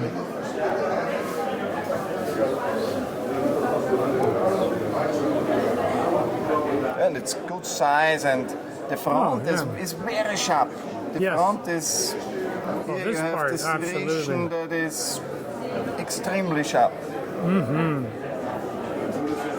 Well, I'm pretty lucky to have acquired this piece, I tell you. All right, well, Rudy, thank you so much for sharing your specimens with us. And it's my pleasure. Look forward to seeing you again in the near future. Me too. Hey, buongiorno, Riccardo. Buongiorno. Nice to see you, Nice and I guess it's another year in Sainte-Marie-aux-Mines, and I see that you have some amazing apatite crystals here, and would really like to hear all about them from you. Yeah, this is one new pocket come out from Tanzania, and the size is crazy. Well, absolutely. And, and the condition is quite good too. Yeah, so. with the diopside, and the color also in the light, sunlight is really blue. In the LED light come in some green color. Okay, yes. But the size is crazy. Yeah. That one looks pretty spectacular. Yes, and also it's curved crystal like. Oh yes, actually that makes it quite unusual. Yeah, with and then diopside. The diopside, unfortunately, the color contrast, the diopside is almost the same color. In the sunlight is stronger. Oh, the diopside is better. Because it come more blue and more green. So then you have a nice contrast between the two pieces. In the LED light is less this one. It's 40 centimeter. And this is a very recent find, from what I understand. Come out 1 year ago. After come out from Tanzania, this moment is not easy, and necessary time for come out for the Tanzania, but is recently, yes. So it's a complicated process to get them out of the country. Are they becoming very protective of their natural resources? Yes. So For the new law. the new law, so you have to go through all the formalities that are involved. Yeah. Also for the gemstones, the same. Okay. Same. Thank you very so much, Ricardo. Thank We you. really appreciate it. Thank and you. Look forward to seeing you again soon. Thank you very much. Alors, bonjour Jérôme. Bonjour. Ça va bien? Ça va Et très bien. Jean-Marc, bonjour. Bonjour. So here we are with French Cristalliers. These are the people who actually climb the mountains, look for these famous alpine clefts that have absolutely fantastic minerals in them. We see the minerals and we assume that it's easy to find and that the mountains are full of them, but maybe they are. But the mountains do not give up their treasures easily, and these guys work very, very hard under extremely harsh conditions to find these crystals. And Jérôme is going to explain to us a little bit some of their recent finds. Yeah, thanks. So last year, for instance, we have been collecting a mineral called epidot in association with some quartz in a famous locality in France called Le Cornillon. So the Cornillon is a mountain close to Bourdoisan. It's an amphibolite, and we've worked for very strongly to dig in these rocks, very strong rocks, and we discover a pocket with those specimens, association of quartz and epidotes. This is what we are doing in the summer. And in the winter, we also continue to dig the mountain to discover pockets in other areas. So our primary focus is the Oisan. That is the place we love most, because in Oisan you can find some really good quality specimen like axinite, epidot and quartz, or even anatas, top level specimens. And we are also collecting minerals in the Mont Blanc. So there are very good specimens such as this one that we found last summer. Okay. Oh, yes. So I see, well, here you have, of course, the epidote crystals that are placed on a quartz. As we just discussed a few minutes ago, in a number of localities you can find epidote, but it's not with the brilliance of those crystals, as well as the famous Oisan quartz. They're just absolutely fantastic, minerals that you find in this area that are not necessarily found in other places. So in this particular case, you don't have as big quartzes, but the brilliance and the luster of the epidotes on the matrix, and then the quartzes that are coming out of it just really add to the specimen quality. And the epidote is not as good as some of the other ones that you have, but for me, the aesthetics of a piece like this make it very, very interesting. So pulling a piece like this out of the mountains must be incredible work. I remember hearing from Cristalli in the Chamonix area that the access is difficult, but the collecting is more easy. But in Oisan, because of these metamorphic amphibolites, the access sometimes is easier, yes, but the collection is much, much more difficult. Absolutely, this is exactly the case. We also have some specimens, very few by the way, with some calcites, like this one. Okay. And so it looks like the calcite grows over the epidote here. So is this another generation of mineralization that happens after the epidote is deposited? Yeah, I think that's the case, absolutely. So, yeah. So this is very interesting as well. Wow, this is really an impressive plaque. I guess, and it also shows the way the epidote grows on top. So this was near the Miroir de Faille? Yes, exactly. Yeah. Here we can see, the Miroir de Faille here. which is exactly where we are looking for the pocket. So these are the actual, a faille is basically a fault, and so there's a sliding of rock that has opened up, and then the hydrothermal fluids come up, and exactly. you get the crystallization. What is difficult is to know when you will have this pocket that will happen. And the story about this rock and the pocket is, I think it has been found, if I recall correctly, in 2016. And at that time, we opened a very large pocket, much larger than any previous pocket we opened before. And the size of the pocket, was just massive. Compared to the traditional size, like it was 2-meter extension by 80 centimeters and 40 centimeters. And it is true that we have the chance to find a set of those, size specimens, which is really uncommon. Yeah, I was going to say, most of the time you have nice crystallization, but over a small surface Absolutely. area. Yes. Okay, well, Jérôme, it's been an absolute pleasure talking with you and you sharing our minerals. Jean-Marc, merci beaucoup. On a beaucoup apprécié, and we will be seeing you again soon, I'm sure. Thanks. All right, well, Peter, wonderful to see you again. I met you last year and was very impressed with what you showed us. And Thank you. I understand that you've been continuing working and have pulled out some more fantastic pieces from the mine. We have. At that time we were driving a small tunnel to break through into new workings. Okay. Now we've broken through and we have a very big mine with kilometers of tunnels and the most incredible different colors. What's so amazing about Greenfields is just almost every pocket is different. Oh, all right. That's So, not, but you're saying kilometers of tunnel. That's an awful lot of tunnel to drive in a year. These were driven in 1860. All we had to do was to break through from where we had got to in the dig. All right. And then the crew have driven now I a little understand. tunnel. And now we're into the old workings. So I was going to say, otherwise you'd be a 24-hour-a-day operation to achieve anywhere near that amount of tunnel. No, it's not commercial. It's a bunch of collectors and friends digging and enjoying themselves. This I think sets the scene. It's called Purple Love. Purple Love. Oh, I see a heart. There's a heart shape there. Yes. And this actually we showed at Munich.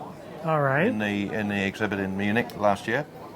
But I thought I'd show you a complete run of the different colours. Oh, that's a good idea. Yeah. But this is a huge Weird Al twin, and there's another huge Gemmy twin on the other side. So it's a lovely piece. Nice. It's actually, the fluorite in the back is yellow, and if you transmit light through it, you will see yellow. Oh, there you go. Yes, indeed. You're correct.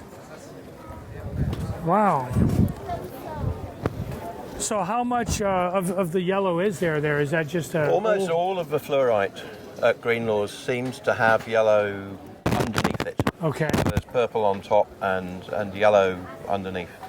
Oh, yes. So now you have a different contrast than we had on the other piece. Yes. The insides, I mean, there's still the phantom appearance, but I can see particularly in this little corner right here, it's almost turning into a burgundy wine type of a color. We call it cranberry, but... Cranberry, well, I was born in Dijon in Burgundy, so for me it's wine, Yeah, yes. yeah. That's really nice. So this piece have a name as well? We call it the leopard. Oh, the leopard, that's right. You mentioned that. I'm sorry. Getting older here, starting to forget things, What we're doing underground, we don't take everything out of the cavity. If we find a cavity like this, what we're doing is we're trying to take some specimens so people can see them, and then the remainder we leave so we can take people down and they can actually see the specimens in situ. So you have a little bit of the siderite on the edges. This is very, very typical of the Weird Al right there, flat workings.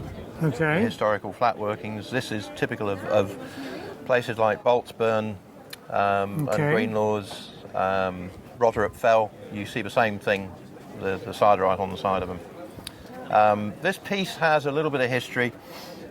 When we first went into the mine, I'll show you what is rather amazing about this piece is this little mark here. The specimen was in a clay-filled pocket, and when we found the edge of the pocket, it was full of little pick marks from the miners in the 1860s. Yeah. Yep, right. prospecting. And one of the pick marks had gone in, and that is the actual pick mark from an 1860s miner. So right in here, it went between these two crystals. In this little corner here. That's amazing. So they missed it completely. They just managed to not wreck the specimen. and much to your fortune that they didn't get to it. I love it. It's provenance. It's part of the history of the piece. That makes it a much more interesting piece in that respect. Yeah. But I mean, the size and quality of these crystals. I mean, you've got some important discoveries here, Peter. You know. Thank you. Yeah, Thank you. That is really very thrilled to be able to see these and hold them and just brilliant. Really feels fantastic. So. Yeah, so now there's none of the yellow coming through at all. No, this it doesn't even look to have any. Yeah, just on, as you can see, it's just on limestone and no yellow. So it's actually quite unusual, and I have a suspicion that is why these are more cranberry coloured. Oh, because you're not getting through the transparency, you're not getting that colour. Yeah, I mean, you're right. The cranberry is the right word this time. Yeah, I can't claim this one to be burgundy, you know? No. It's absolutely beautiful. But isn't it incredible how you've seen in 4 or 5 specimens so far, you've seen completely different colours? And this doesn't have the gradation that you saw in the other. I mean, maybe 1 or 2 crystals, but for example, over here, it's just cranberry throughout.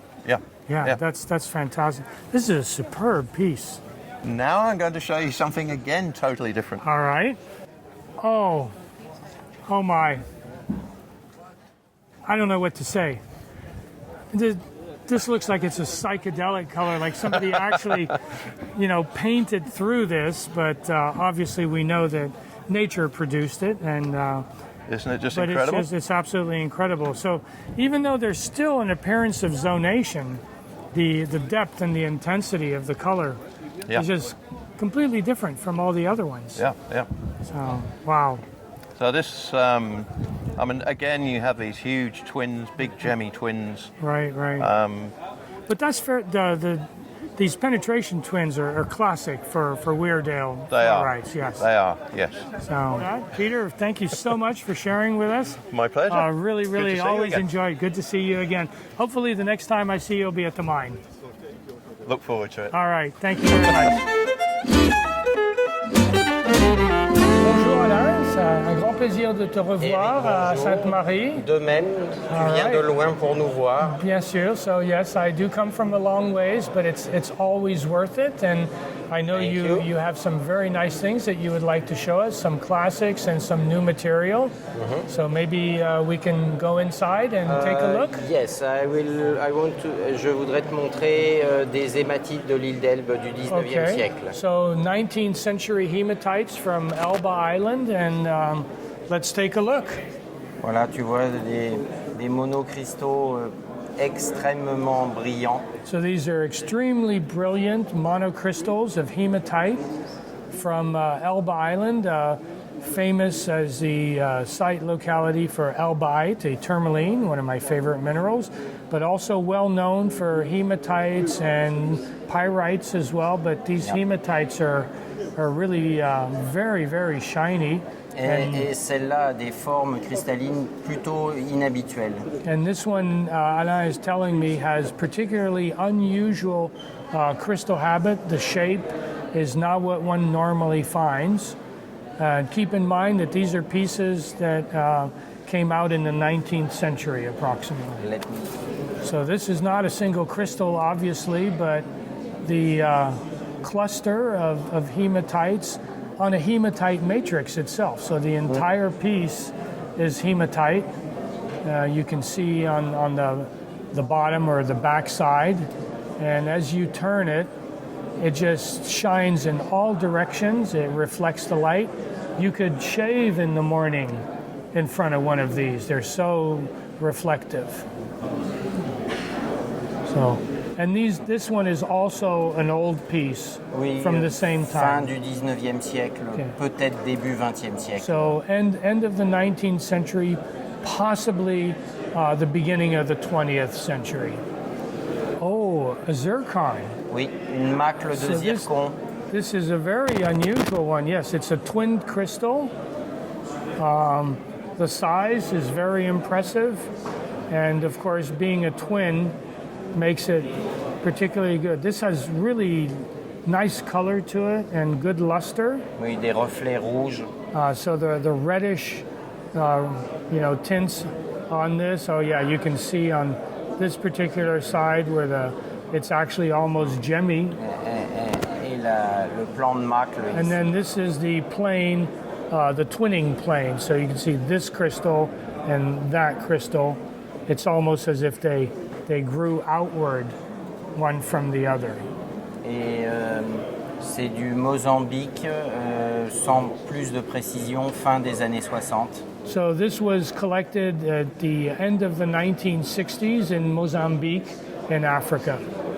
So Alain is pulling out a piece that I'm already salivating at how wonderful this piece is. We have a Vivianite here on a siderite matrix. Absolutely amazing color, shape, transparency on that middle crystal. Et le cristal twisté là complètement. And over here in the upper part, we have a twisted crystal. So the growth is unusual in that respect. Very, very nice. And the locality from this? C'est le nouveau gisement au milieu de l'Amazonie. J'ai pas retenu. So this is a new find in central Amazonia in South America. Les premières sont sorties il y a 2 ans. So the first one started coming out of there about 2 years ago, but this one is more recent. Brand new. Brand new, just came out. This is absolutely insane piece. Wow. Well, you definitely are bringing out treasures for us to enjoy here. J'essaye.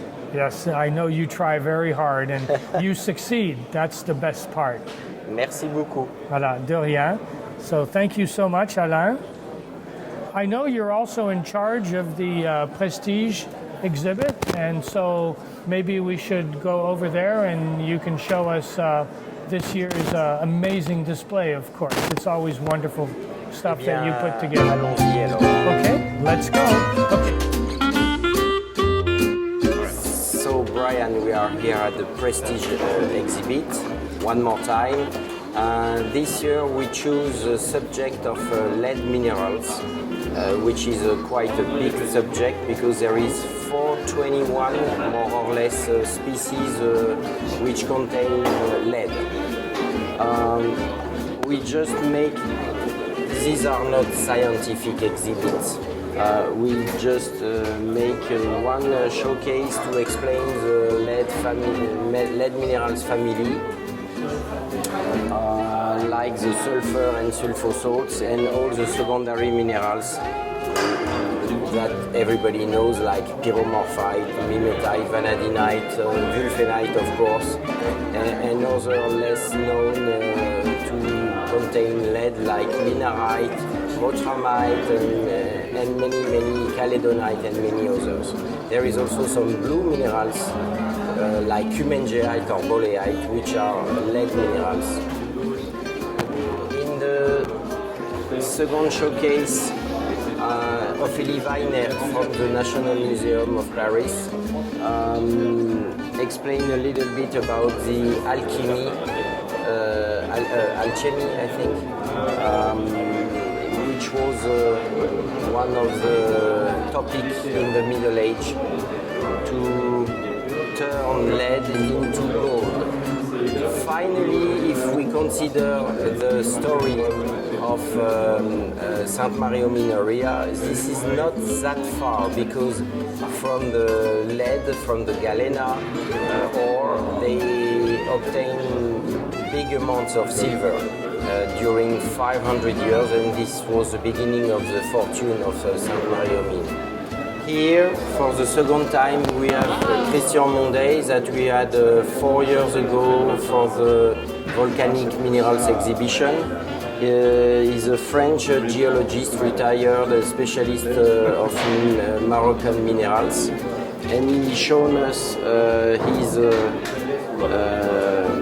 his own vision of lead minerals from Morocco. And I think this is quite good, as you can see, like the vanadinite feather, the little star of anglesite, or the superb V-twins of cerussite from Tuisit, Mibladen, Taouz, and all the classics locality. And with some very nice rarities like a ladylite from Tuisit and a blue vulfenite schilagite variety from Bouscourt. Another very kind French collector, well-known Gilles Ringer, who used to loan us some specimens this year. He loaned his collection of Madan Galenas, Madan in Bulgaria. As you can see, there is a few very good things like the hollow cubes in the middle, or those cuboid hydrants at the summit of some nice quartz, and plenty of very strange twins. And always the superb brightness of the Madan Galenas. Michel Perrodin, Parisian collector, is now specialized in lead minerals, and he showed us his vision of the lead minerals world,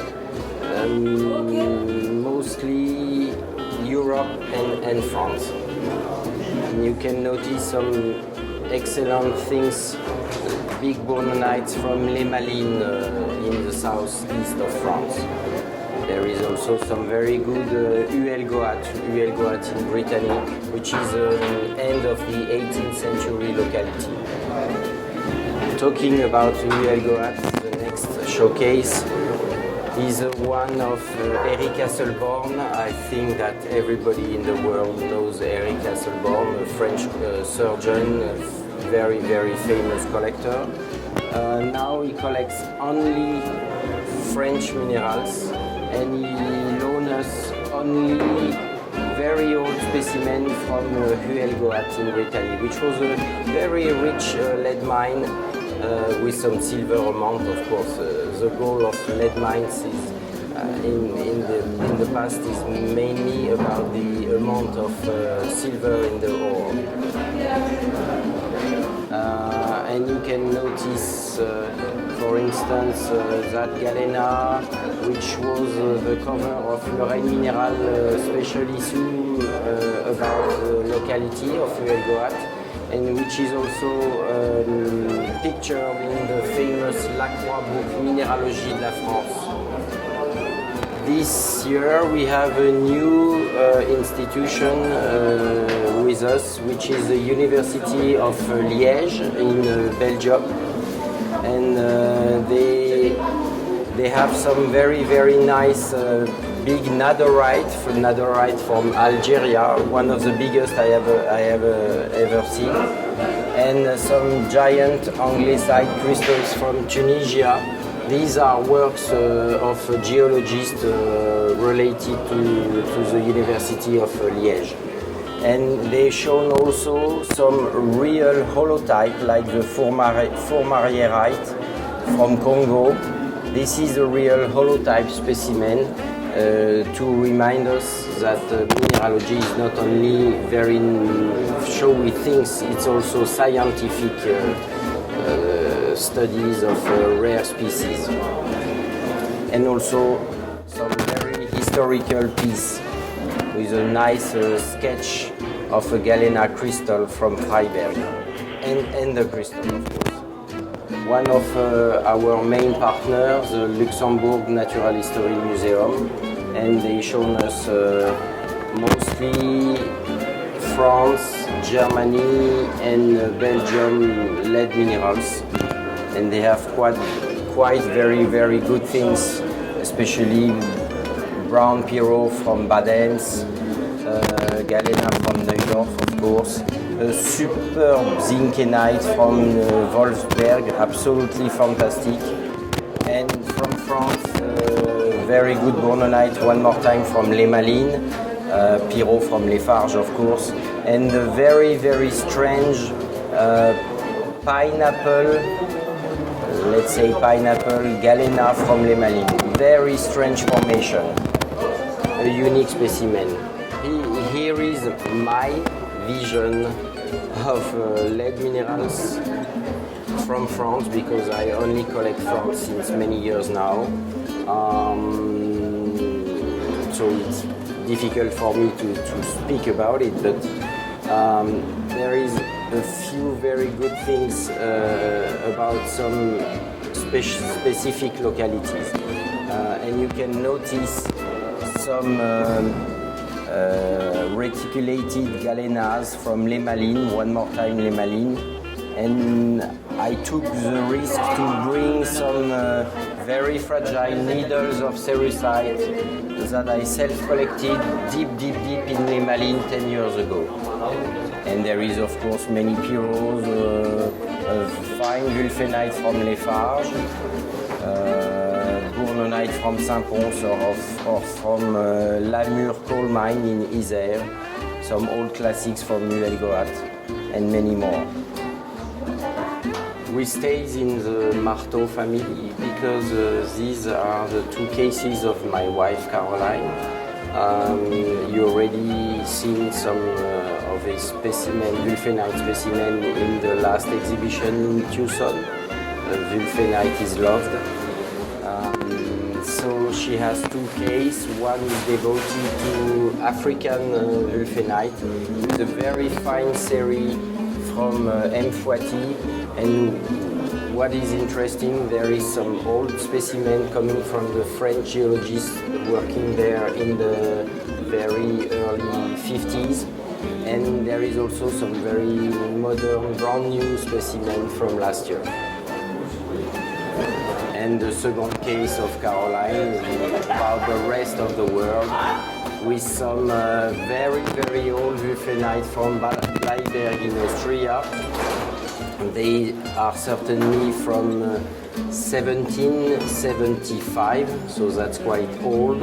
And this was a little bit before, it was named wulfenite.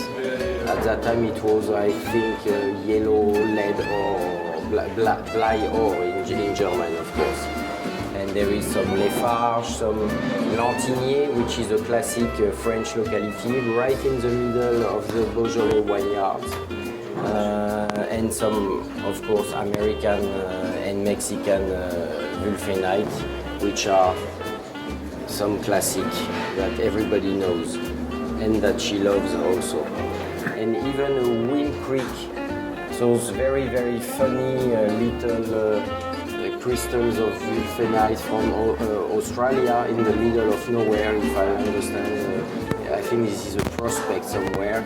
And those, they have so many extra faces that sometimes they look like garnet. The two other cases are devoted to some young collectors. Frédéric Gaudry. Frédéric Gaudry is a geologist and now a teacher. He self-collected some excellent wulfenite from Lantignier in the Beaujolais vineyards. And he collected pyromorphite. His pseudo on Facebook is Fred Pyroman, so that means everything. And he loves Bunker Hill pyromorphite and also Les Farges, of course. And the second collector is Max Tom. Maxime is 26 years old, and 2 years ago he decided to specialize in lead minerals from France. And this is the results of his 2 first years of collection, and believe me, it's already very good, with some very rare pieces from Les Grandes Rousses Massif in Oisan, in the Alps. Galenas with complicated shape on quartz. And some classic Lantigny Wulfenite, Galena from Labès, and many, many others. Now we are in the thematic area of the showcases. The topic is geography. So this is a showcase about Europe. Very, very crowded showcase, but there is so many localities and so many species. Many of them are type locality.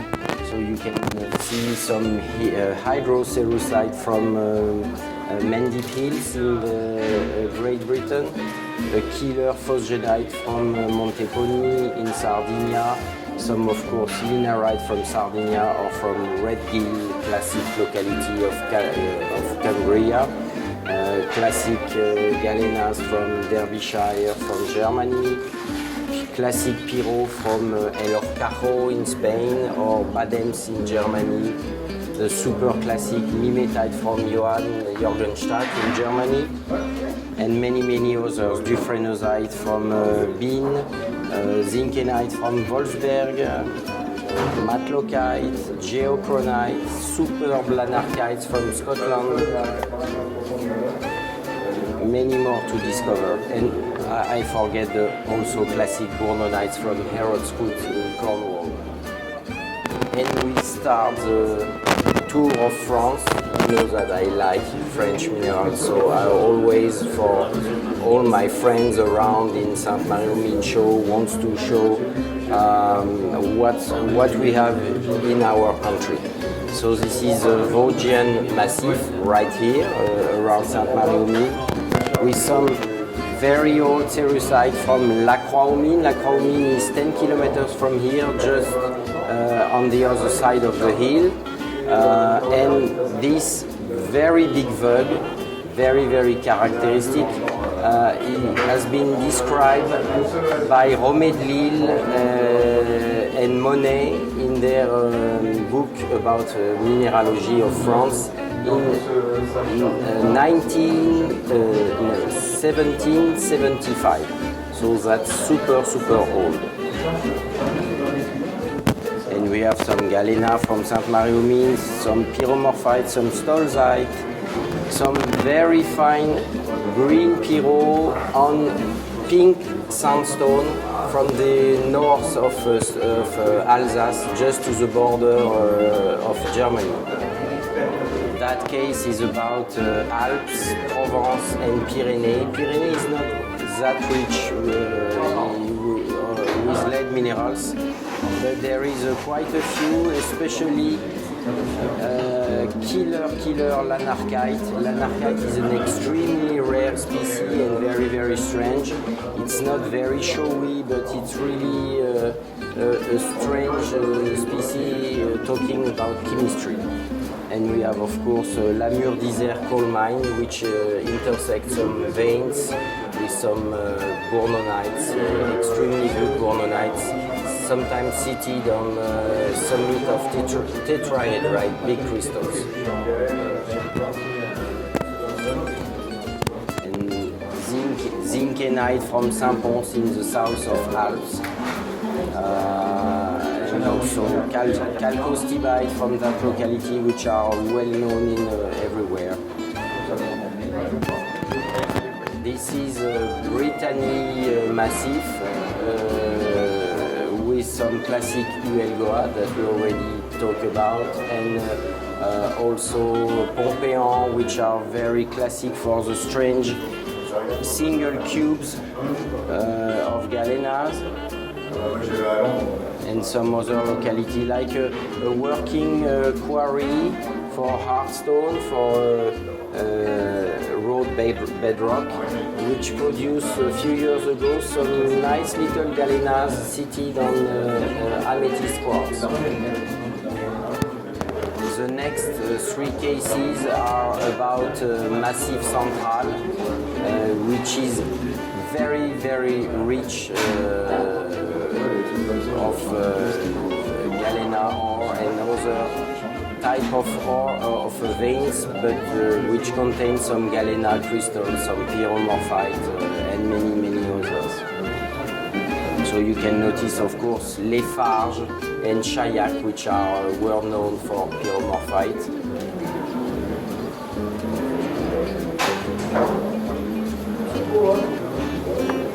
Stolzite from Sainte-Lucie in Lozère.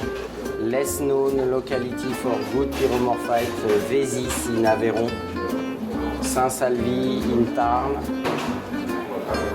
And I'm very happy to show some very old specimens like galena from Merquarol or galena from Villemagne that many French collectors known reading the books but never seen before because they are hidden in the drawers of some museums.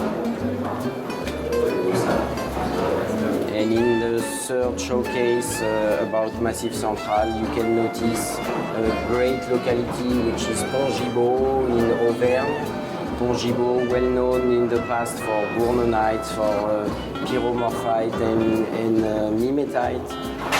And also some fluorite locality like Langeac, which produce time to time some quite nice bournonite, sometimes on fluorite directly, sometimes on quartz. This is the case devoted to Asia and Australia. So of course you can see some plumbogumite and pyromorphite from China. Some galenas, very bright from Dalnegorsk. Some crocoite, of course, from Tasmania Island. Some cerussite and pyromorphite from Broken Hill in Australia. And some Iranian wulfenite also.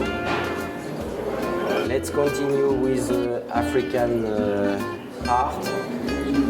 Of course, extremely rich with Tsumeb cerussite, many Tsumeb cerussite, mimetite, descloisite from Bergocas, not very far from Tsumeb. Of course, vanadinite or wulfenite from Morocco, cerussite and big wulfenite from Congo, and many others that you can discover, especially the giant ladylite crystals from Tsumeb that you can see here. And the case for the Americas with, of course, pyromorphite from Bunker Hill, galenas from Illinois, Missouri, and others. And you know that the lead mines of Missouri, the Mississippi Valley type for geologists, have a big importance in history of producing lead metal. And there is also some cumengeite and boleite, some wulfenite from Mexico and Arizona. Some of the classics. Not everything, because it's impossible in a little exhibition to show so many specimens, but a general overview. Grégoire de Bodina, it's Hello, good to see you again. Yes. Good to see you. And I saw the other day something, I walked past it and I actually didn't walk past it, I just stopped. And I stopped for a long time, okay? Because Grégoire found something exceptional. So can you tell us a bit more about all of your founds, but especially this specific guy here, because it's French first. Yeah. Okay. This one here. And it's really exceptional. So can you tell us? This fund is due in January this year. They come from my mine. I am the owner of the Message mine, and the Message mine is a mine of siderite mine. It's an old mine in 19th century for iron, and I have restored all the mine. Okay. And now I research mineral and especially siderite. And this fund is the best fund I have never make in the mine. Mm-hmm. And this is the best specimen I never found in the mine. It's fantastic. I think is the best specimen never found in siderite in France. Yeah, yeah, And maybe for sure. one of the best of the world. I completely agree with you. Yes, I completely agree with you. So for those who don't know, it's situated in the Alps, like in the Isère. So maybe you've heard about Bourdoisan as well, but like that's very close from Bourdoisan, but not Bourdoisan itself. So it's beautiful siderites, and if you come closer, you will see that the crystals are really perfect. The color is amazing. You know, like usually siderites are kind of brownish, but this one is really bright green, and all the crystals are like no crystals are damaged. And you see some quartz as well, some quartz crystals, sometimes in the fractures, and you see some anchorites as well on this specimen here. So it's really exceptional. I mean, you see the size of this specimen is definitely should belong to the museum. I hope it will. Yes, I hope it's going to be a French one. Yeah, that's really wonderful. And it's a new found, 2019. So since when do you have the mine? 10 years. 10 years, yes. okay. So, and you only do the mining. I think that you bring tourists as well to your mine, right? Yes. So you can visit it. Yes. I visit with a man speleology.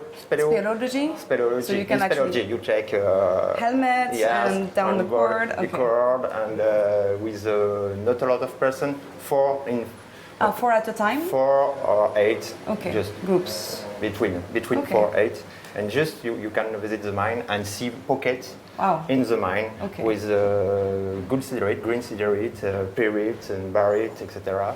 And it's very funny and. Yes, I know a colleague of mine just went there a few months ago, and he came to my office like, "Oh, I saw this mine. It was amazing. And you can go and climb down, and then look at the rocks in situ. So that's really good." Yes, very good. So, This is the pocket. Oh, this is the pocket. All right. This is the pocket. So you see the size. This is a tacanium pocket. This is a screwdriver here, and that's your head, right? And you can see this rhomboid. This crystal here. Yes, this crystal is here. You see? Okay. So.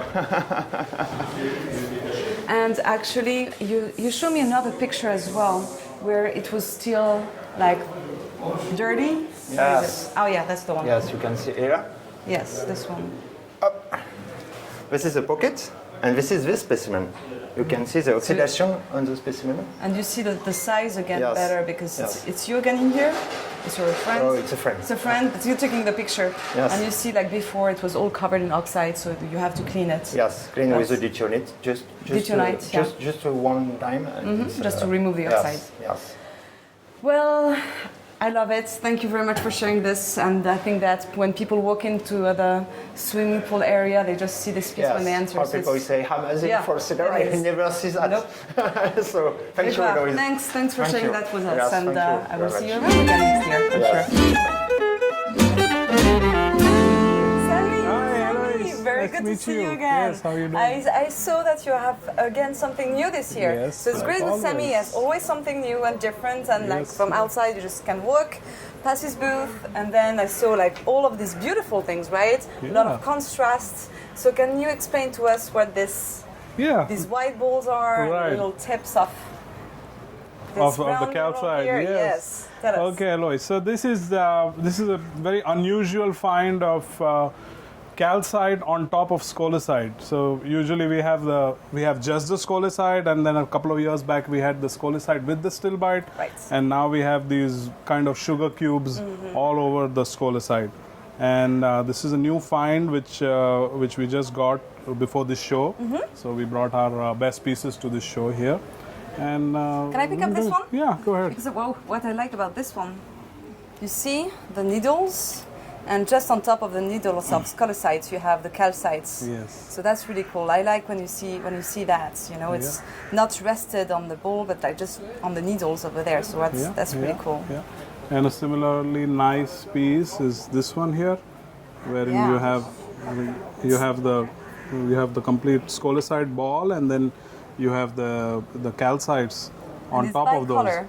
Yeah. Yes. There is a brownish tinge as well as to the honey calcite. Right. So that kind of adds to the Yes, the appeal of that material. You see it better on this one, I see actually. Yeah, you have really Yes. at the top of the calcite it is brownish Right. compared to the other one. Yes. So that's really cool. So does it come from? This exactly, you said? this was found like many new finds in a water well in India, and currently India we have facing a problem of low groundwater, Okay. rather low water. So people are the government is encouraging people to dig more wells. And these wells are they're not looking for water, they're actually reservoirs which the people, it's going to fill up when it rains in the monsoons. Okay. So people make these reservoirs, and while making them, most of the time they find zeolites. This is in the crazy. So you cavities. find them everywhere. It's unbelievable. Almost everywhere, yes. Wow. So we can expect in a few months something new again, right? Yes, in Pune right now there's the work of the metro going on, so they're digging up a lot of places in Pune. All right. So this year we could expect something really great coming out of Pune. That's great. Okay, well, And thank after you very a long much. time, yes. You know, this one is hiding over there, but I like it. I know maybe you don't like it as much. It's just because the calcite is piling up. Yeah. So I like this one as well. Yeah, one of my favorite ones is actually this one. And then, of course, this one right here. Oh, yes, this one is cool. Yeah. Because you can see the little hat here. Yeah. And in fact, the calcite really looks good in the sun. I don't think we have a good lighting here. We're not going to go in the sun. It's too hot, okay? That's That's fine. one thing about Sainte-Marie, which it is truly too hot in Sainte-Marie. We saw actually something else here at Sammy's booth. Very nice pieces of scolicites again, Yes. on matrix with apophylites this time. So please, Sammy, you were explaining Again, something. So this is from a quarry between Mumbai and Pune. There's a place called Panvel, and there are some quarries operating there. Of course, for aggregate, they're just using the raw material, the basalt there as building material, and the minerals are actually a byproduct of this quarry. So they found a cavity and they called us, and we got it out. So these are some of the few pieces that we were able to extract in intact form. Wow, okay. The cavity was quite short. There was not much place to get into it, and you were telling me that as well that the matrix is the matrix, it's got some chalcedony on it with some oxides, like you suggested, and a green apophyllite with some petal stilbite, and it's quite a thin porous matrix. Nice. You can see that there. Yes. Very nice. It's quite a nice specimen there. So there's I that like this one. because this one you see the apophyllite that is zoned as well. Yeah. See, you have like it's colorless and then it's kind of pinkish red, Right. and then in the center it's green. Yes, so really so cool. this is actually the way I like this specimen Yes. displayed up. But it's so thin here, there's No, no, you way have to to be careful, but- no way to mount that. So and this is Nelson actually is the building best that piece great. Wow. that we got out. Look at the back side of this. Wow. See how the scolicite is perched on Yes. that little stalactite there. Yes, yes. And again, this the zoning of the apophylites, like Yes. green in the center and pinkish red. Oh, look at this little bow tie. Yeah, that's Bow how tie, we yes, call it in yes. English. It's a flat terminated bow tie of apophyllite. That's cool. Yeah, so something Very nice. something again new from India. So I like Well, this. Sammy, thank you very much. Thank you, Eloise. I will once see you more. again. Yes. Okay, thank you. Yeah. I am here with a group of Frenchmen here, and this year is special for them because they published 2 books. So Louis-Do Bale is the editor, and Julien Lebosset, who published an encyclopedia, and Christophe Luga, who published a very special book on fluorite. So I'm going to let Christophe talk about those 2 books and the editor. Very lately, Louis Dominique was lucky enough and took the risk to publish 2 great books this year. First one? One which is an encyclopedia I'm going to give it to the author. Mineralogy, and Julien Lebosset, who is actually the consulting scientist for the magazine, has worked 6 years on this book. So it's a major, I would say, release. Six years of work, 600 pages, 2,000 pictures of great photographers, like not only Wendel Minerals, but also Jeff Scoville and many others. It's a high quality book which is closing a gap of, I say, lack of works of reference in France. Yes, it's a great book because basically, can you just open it a bit? You'll see each mineral has at least one page with photographs. So it's ranked by family, by class. So you begin with the native elements and then you move on to the sulfides, the halide, the oxides, etc. So, great job, and I'm happy for it. Well, and Christophe has something special as well because that's his book. Right. And it's in French and English. Okay, so go for it. And it was released yesterday, so it's brand new. Yeah. And I'm very grateful to Louis-Dominique and Julien, who both participated in this book. The editor, who's, let's say, financing and taking the risk to make it happen, and Julien, who has written the scientific part of it. But the book is, I would say, is really one of a kind, because in many aspects, not only because it's a new, I would say, angle to handle fluorite. It's not what I would say a boring book, or at least what I try to do, because there's not much about, I would say, scientific facts and descriptions and boring descriptions about localities. It's only about France. 50 locations are being described very shortly. And what's really special is that this book is giving the voice to 45 collectors. But these collectors are, I say, either professionals, like museum curators. So like museum or scientists. Curators and not collectors. Right, like Héloïse is part of it. Like Jean-Claude Bouillard, Pierre-Jacques Chiapero, Nicolas Meisser, Denis Boel for the Museum of Chamonix, and many others. But also just, I would say, plain collectors, like myself, like Robert Brandstetter. We've got the Japanese collector as well. We've got people from all over the world, but also traders like High-End Bruce, like Alain Martaud, who's also a great, I would say, ambassador of French fluorite. Pictures. Most of them are full-page pictures. And the photographers did a great job. Louis-Dominique Baird is one of them. Joachim Cayenne is a significant one as well. Julien Le Bosset, because he's a man of all trades and all talents. Not all trades, all talents. And Jeff Scoville as well. So we've got, and Eddie van der Merch. I shouldn't forget him as well.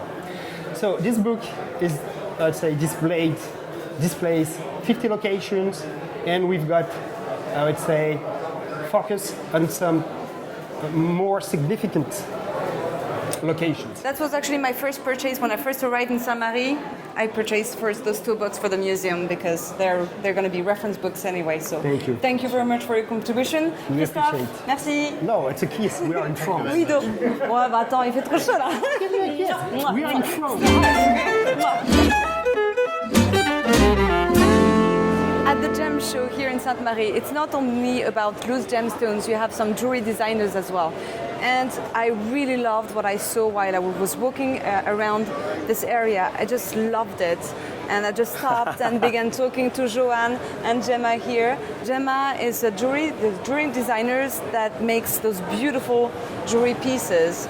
So thank you. I stopped first for the lapis, but yes. Everything is stunning. So thanks. Can you tell us more about your company and what is involved? And for example, can you talk about this very specific piece? Yes. Because I love it. Yes. First of all, we want to say that we are from Barcelona, and our company is a familiar company. Gemma is the third generation of jewelers of my family. Mm-hmm. My grandfather began at 1945. Yes, it's for you. That's for you. That's for you. Trying at the same time. Just enjoying that. Sorry. No, yes, of course. It's right. And my father followed the steps of my grandfather, and then Gemma is the third generation. For example, this ring, all our jewelry are made by her. and all the jewelry is unique pieces, and in this case, this is a ring made in oxide silver and yellow gold 18 carats with raw lapis lazuli from Afghanistan, and we put a diamond inside, and she loves to make this kind of pieces because she has a lot of respect for the nature, and she loves to put in her jewelry raw stones, like as lapis lazuli or another kind of stones. Appreciate the fact that she kept the rough stones and she made the jewelry according to technically it's not easy to yes, make. Exactly. That's what it's really respectful of the rough gemstones. So it's really beautiful. Really appreciate that. Stunning. I love it. I love it. Thank you very much. We try to put always highest quality in our jewelry. Because, for example, this lapis lazuli is from Afghanistan. The Afghanistan lapis lazuli has pyrite, all pyrite, no? And it looks like a sky with the stars. Yes, yes, it does. So in a very other style that I liked a lot as well, using pebbles, putting opals inside with little diamonds. That's really cool. Can I pick it up? Yes, of course. Of course. This is a special collection for us, which is called Midi, because the place that we find the river stones is Les Vallées au Midi d'Oiseau in France, near of Sallent de Gallego, Valle de Tena. So I picked up another labradorite this time. Labradorite, rock labradorite. I hope that you see the blue. Yeah, that's beautiful. Again, the stone is perfectly picked because not all labradorites will show this iridescence like this, but this one is beautiful, and again very respectful of the stone, following the waves of the stone, of the rough stone. Yes, if you realize you never don't see the stone out of the ring. Yeah, no, it's perfect. Yes, tourmalines here. Tourmalines, like the set of tourmaline, is really cool. Yes, this is a raw black tourmaline. The most important here in the necklace is that Gemma tried to show to the people the composition of tourmaline when we find in the land. No, it's a prismatic composition, no? And then she makes the clasp with a central stone with a diamond included inside. Oh, actually, can you show us the clap as well on the back? How you move? Yeah, because we didn't. All is handmade, and this is in this case is gold, yellow gold 18 carats gold. Okay. But it's very important the frontal design, but it's very important in the back, of course. Yes. The back, and all are thinking for a comfortable sensation when you wear the necklace. Necklace, yes, that's great. Great. Thank you so much. Thank you. You're welcome. All right, Gemma, superb work. Great work. Thank you very much. Thank you. Joanne, it was nice meeting you guys. And I will definitely come back next year. Yeah. This is amazing. Thank you so much. Thank you. Bye. Take care. Have a good show. Bye. Denis, again, I have to stop by your booth. Ça va? Ça va. How are you doing? Très bien, merci. I'm trying. I promise every year I'm trying not to stop at Denis' booth. Yeah. But I walked past his booth and then I was stopped by this amazing big cat's eye damburite here. So I'm sorry, but again, we have to stop and see you, Denis. So can we have a closer look at this? Sure, definitely, sure. Awesome stone? It's from Tanzania. Tanzania? Yeah. Okay. And when was it discovered? When did you have this was discovered, I think, about 15 years ago 15? already. Yeah, as really big crystals with a whitish skin. And the wall inside was yellow with a lot of needles. Okay, but for the cat's eye, even the cat's eye? Yeah. Okay, but that's the first time I've seen such a big one. How big is this one? That one is 114, I guess. 114 carats. Yeah. And it's really sharp. The cat's eye is really sharp. So that's really cool. So this one is very sharp as well, and the gemstone is really pure. And the color is stable. And the color is really good. And stable. and stable. Yeah, because it's not always the case with really? yellow danbarite. Yes, Really? Yeah, It disappears? some might fade upon. Some might fade, okay. Yeah. But this deposit, So this deposit in Tanzania. yeah. So usually we find dumortierite in quartz, so inclusions of dumortierite in quartz, like the blue inclusion that you see in this one. But Denis found some actually dumortierite big enough to be cut, so not only in small, tiny inclusion in quartz, but pure dumortierite here. Yeah. I will put that here. Here they are. And these came from Brazil, and the new material comes from Madagascar. Okay, so usually, yes, we find the dumortierite in quartz from Brazil. This is Madagascar. Do you know where in Madagascar? It's in the south, but I don't know exactly. I'm going to pick that one because I like the color. So that's actually big for dumortierite. It is Usually there's definitely like less than 1 millimeter, like a few hundreds of microns. Only a few pieces had been found also okay. in Tanzania, like a few years ago, but alluvial ones and sporadically, really, like, you know, one here, one there. Right. Denis, I will see you soon, I bet. Okay? Yeah. Have a good Thank you. show. Thank you. Enjoy it. Thank you very much. Some nice and cool weather too this morning. Until later tonight. Ciao. Bye. I am with Patrick de Koningswarter. Patrick is really well known in the business. He wants to be, he wants to keep quiet, but he always has amazing stones. So Patrick, thanks for allowing us to come and film you, because I know that you're camera shy, but you always have amazing stuff. Okay. I stopped here first because I saw some interesting gemstones that are never cut, okay? Because they're too soft, too fragile. And heat sensitive. Heat sensitive, yes. But you have some. So can we have a look at them, yes. please? I kept the rub for the 25 years. Wow. I was looking for the good cutter because most of the cutter, they will ruin it. Wow, of course. Yes, so that's the reason it's still on the market. That's truly amazing, it's something that we might not see again. No, it's really rare, especially in this color, because most of the anglers that wear white. White, yeah. Yes, and the white is not interesting. I have a white one here, which is just dull. Yes, right. Look at this one. I like this one a lot. Next to the anglesites, he had some unusual gemstones that people usually love. It's called Mautit in English, I guess. Mautit is not really carefully determined, and people say it's a jade, it's not a jade, it's between jade, and so I think it's an interesting stone and it needs to be studied more. Right, and it's from Burma? From Myanmar, sorry? From the jade area. Yes, from the jade area, yes, exactly. This one is actually really, really nice and really green, sometimes it's not as pure as that. And some people make beads out of them. So yes, it's usually I see beads, I don't see like cut gemstones. Too bad, no transparency, but the color the color is great. Very vivid, yes.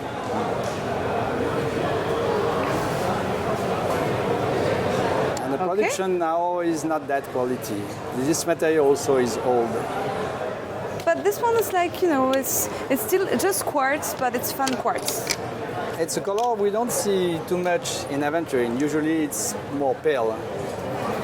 Exactly. This one is very saturated in color. Je peux mettre ça de côté? Look! Very shiny. So what's the inclusion giving the... Fuchsite. Fuchsite, yes. Quartz with fuchsite, yes. Could be used like fake emerald. Yeah, but no, this one is like it has a lot of shine. So this one is I like this one because you can actually see the glitter inside. But some are. I can take another one out maybe. This one is more like emerald color. The idea was to cut only in the middle, more or less. It's not stone for jewelry because the hardness is around 4 for the two minerals. So it's more of a collector gemstones. Yeah. And it was difficult to get a good polish. Nice, yeah. That's what you were saying. It's very difficult to accomplish. That's cool, and that's I just like this, Great. Look at this colorful tray that we made out here. It's perfect. Nice. Patrick, thank you very much. Thanks for having us here. Yes, okay. Spending a bit of time with us. We'll see you Munich, Everywhere. Munich, in Tucson. Everywhere. Munich, Tucson, Ste-Marie. Thank you Tokyo. again. All right, Tokyo, okay. Great. All right. I was walking down the aisles here, and for the first time, I saw Alexandra, and actually not Alexandra, but her stones first. And I was like, okay, this is curious, you know, she has a lot of interesting stones, very colorful, aquamarine, and a bunch of unusual stones. And I stopped at the booth and I began talking to her. So Alexandra? Nice to meet you. Nice to meet you, nice to see you. Hello. And she has a very interesting story on top of that. So can you tell us about what you do and where do you mine and where do you go and look at your gemstones? Because they all come from one very specific place, right? Yes, of course. So, nice to meet you. I'm Alexandra Fabre. So, I'm a gemologist. So, I work in Madagascar. So, I'll go in mines. I work only with little mines, only with liquor. So, for example, in Sainte-Marie. So this is aquamarine, okay? Your natural and common color is light, okay? You see? And we're gonna pick it up. These are usual colors for aquamarine from Madagascar. This is actually pretty good, you know? Naturally. This. For the normal color is this one, okay? So there are two years ago, okay, I heard some people in Madagascar, speak with a grey beryl, okay? So I search by following a riverbed. So I found little mines with this color, okay? Very grey, very intelligent. So I work with my partner, okay, my team in Madagascar. So after 2 years, we have the big one. Very good color, very good quality, no heated. So these are really amazing. I'm just going to push them aside so we can see them better. Amazing color. That's what we usually refer as Santa Maria aquamarine, but Santa Maria is from Brazil. Yeah. And these are from Madagascar. They are not heated. She found them rough like this, and actually she only produces non-treated gemstones. Okay. So and this is actually the real color, no treatment at all. We much like Santa Maria aquamarine. Just below here you have a set of another gemstone that is called zircon. These are green zircon. This is usually the color of zircon that you will find at the mines. It's really rarely okay? Yes. Normally color, this one, okay, brownish. This is already really good. I mean, you can recognize that it's zircon. But again, when I was walking past, I saw another green stone. I could not believe it was zircon. Here, just here. Yeah. But compare. Yeah, to compare the color. In 4 years, it's my first find this. Okay. Yes. Like Saphira, okay, Saphira. Yeah, you know, I could have thought it was a garnet because the dispersion is high, just like a garnet, and the color is just as amazing as a garnet. But no, it's a zircon. So the color is due to natural irradiation. Yeah, of course. And we call it metamite zircon. This one. Same thing, same story. You found the rough. Yeah, of course. You went to the mine. Also here, the same story. Yes. Okay. So can you actually go to the mine? The mines in Madagascar, is that fine? Because you know, as a woman, it's like it's really dangerous. Yes, it's really dangerous. Yeah, really. So, but you go to the villages, right? So going to villages still fine. Then how do you go? How do you get to the mines directly? Do you have people that you know along the years? Because you've been going to Madagascar for 3 years, you were telling me. 3 years and a half. So 3.5 years. Maybe 4 years. 4 years, okay. So begin to know people now and you have your connections? Yeah, I have 2 connections. So I discovered this country, okay, because I begin my history, okay, my society in Madagascar, okay. So now I work with 22 villages to work for me, okay. Only the money it's for them, okay. Not for me, no intermediary. Yeah. Yeah, you have no people work in between you and the people who actually go and find the pegmatites and the mines. Okay, only country people, because too poor country. So now only my money too and my work is for him. Okay. Right. Perfect. Really beautiful. Well, you know what? Alexandra, I think I'm just going to walk away with a stone on my hand. Thank you. Okay, maybe security now. Okay. All right, okay, give it back to you. Fair enough. Thanks a lot. Thank you very much.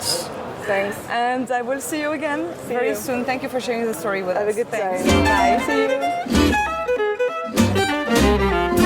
So here we are again at the Tellure mine in the Silver Valley of Sainte-Marie-aux-Mines, a very old silver mine.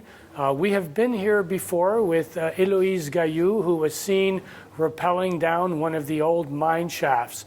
Subsequently, we were here again but this time for a photographic exhibition by Albert Russ, and the subject was ice and ice crystals. And this time we have another photographic exhibition, but this time it is about a salt mine located near Nancy, about 100 kilometers from here, the only operational, actual full-on salt mining operation in France in this day. And I am here with the geologist of the mine. And so Cédric Leur, enchanté, ça fait plaisir d'être là. Comment Enchanté, bonjour Eric, très bien, merci. So Cédric has guided me, given me some information, and he is also the photographer who has taken all the pictures that are in this exhibition. And we are currently leaning against an 800 kilogram salt block. This is the material that is mined, and the principal use of this is for de-icing roads in France. So here the title of this exhibition is A Voyage Through the Heart of Salt. We begin with the outside of the mine, so salin, basically referring to salt. And this is the main shaft down which the miners, the equipment go, as well as the product comes back up after it has been mined. We go down this particular shaft and you enter the actual mine. In this particular photograph, we see old markings of the miners when they used the pick methods to get at the salt. So as we carry on, we see galleries which, unlike areas that are often seen where we mine for specimens, here the scale is much, much different. One thing I want to point out is that this is a network of pillars and galleries. The pillars are there to maintain stability so that the entire system does not cave in, because otherwise you would not be able to continue mining. It's not a problem to bring miners down the old shaft, but the shaft size has not changed, and now we have this very large industrial size equipment that does not necessarily fit. So these giant front loaders are too big to fit in the elevator. So what they do is, you can see a line right here and then a line right here. They must take this equipment apart, bring it down piece by piece, and reassemble everything at the bottom of the mine. So this photograph here is very interesting because this is an actual shot, or the blasting of the hole. We're dealing with tunnels that are more than 15 meters in width, and a ceiling of 4.5 meters.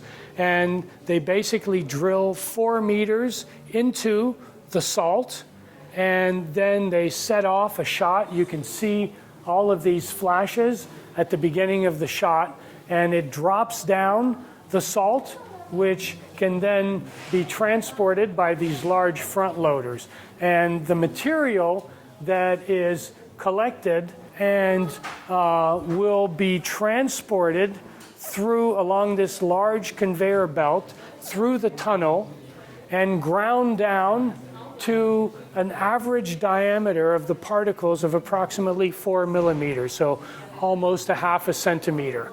That material can then be carried again by the front loaders, and they stockpile material in the areas that have been previously mined, and they then carry it back up the same elevator that the miners and the equipment have come down. Here's a picture that was taken by Cédric, and it shows you the particles of the finished product. So I want to thank Cédric Leur for a very, very interesting visit and for amazing photography of this operation. Merci beaucoup. Merci. Et c'est un grand plaisir. Merci.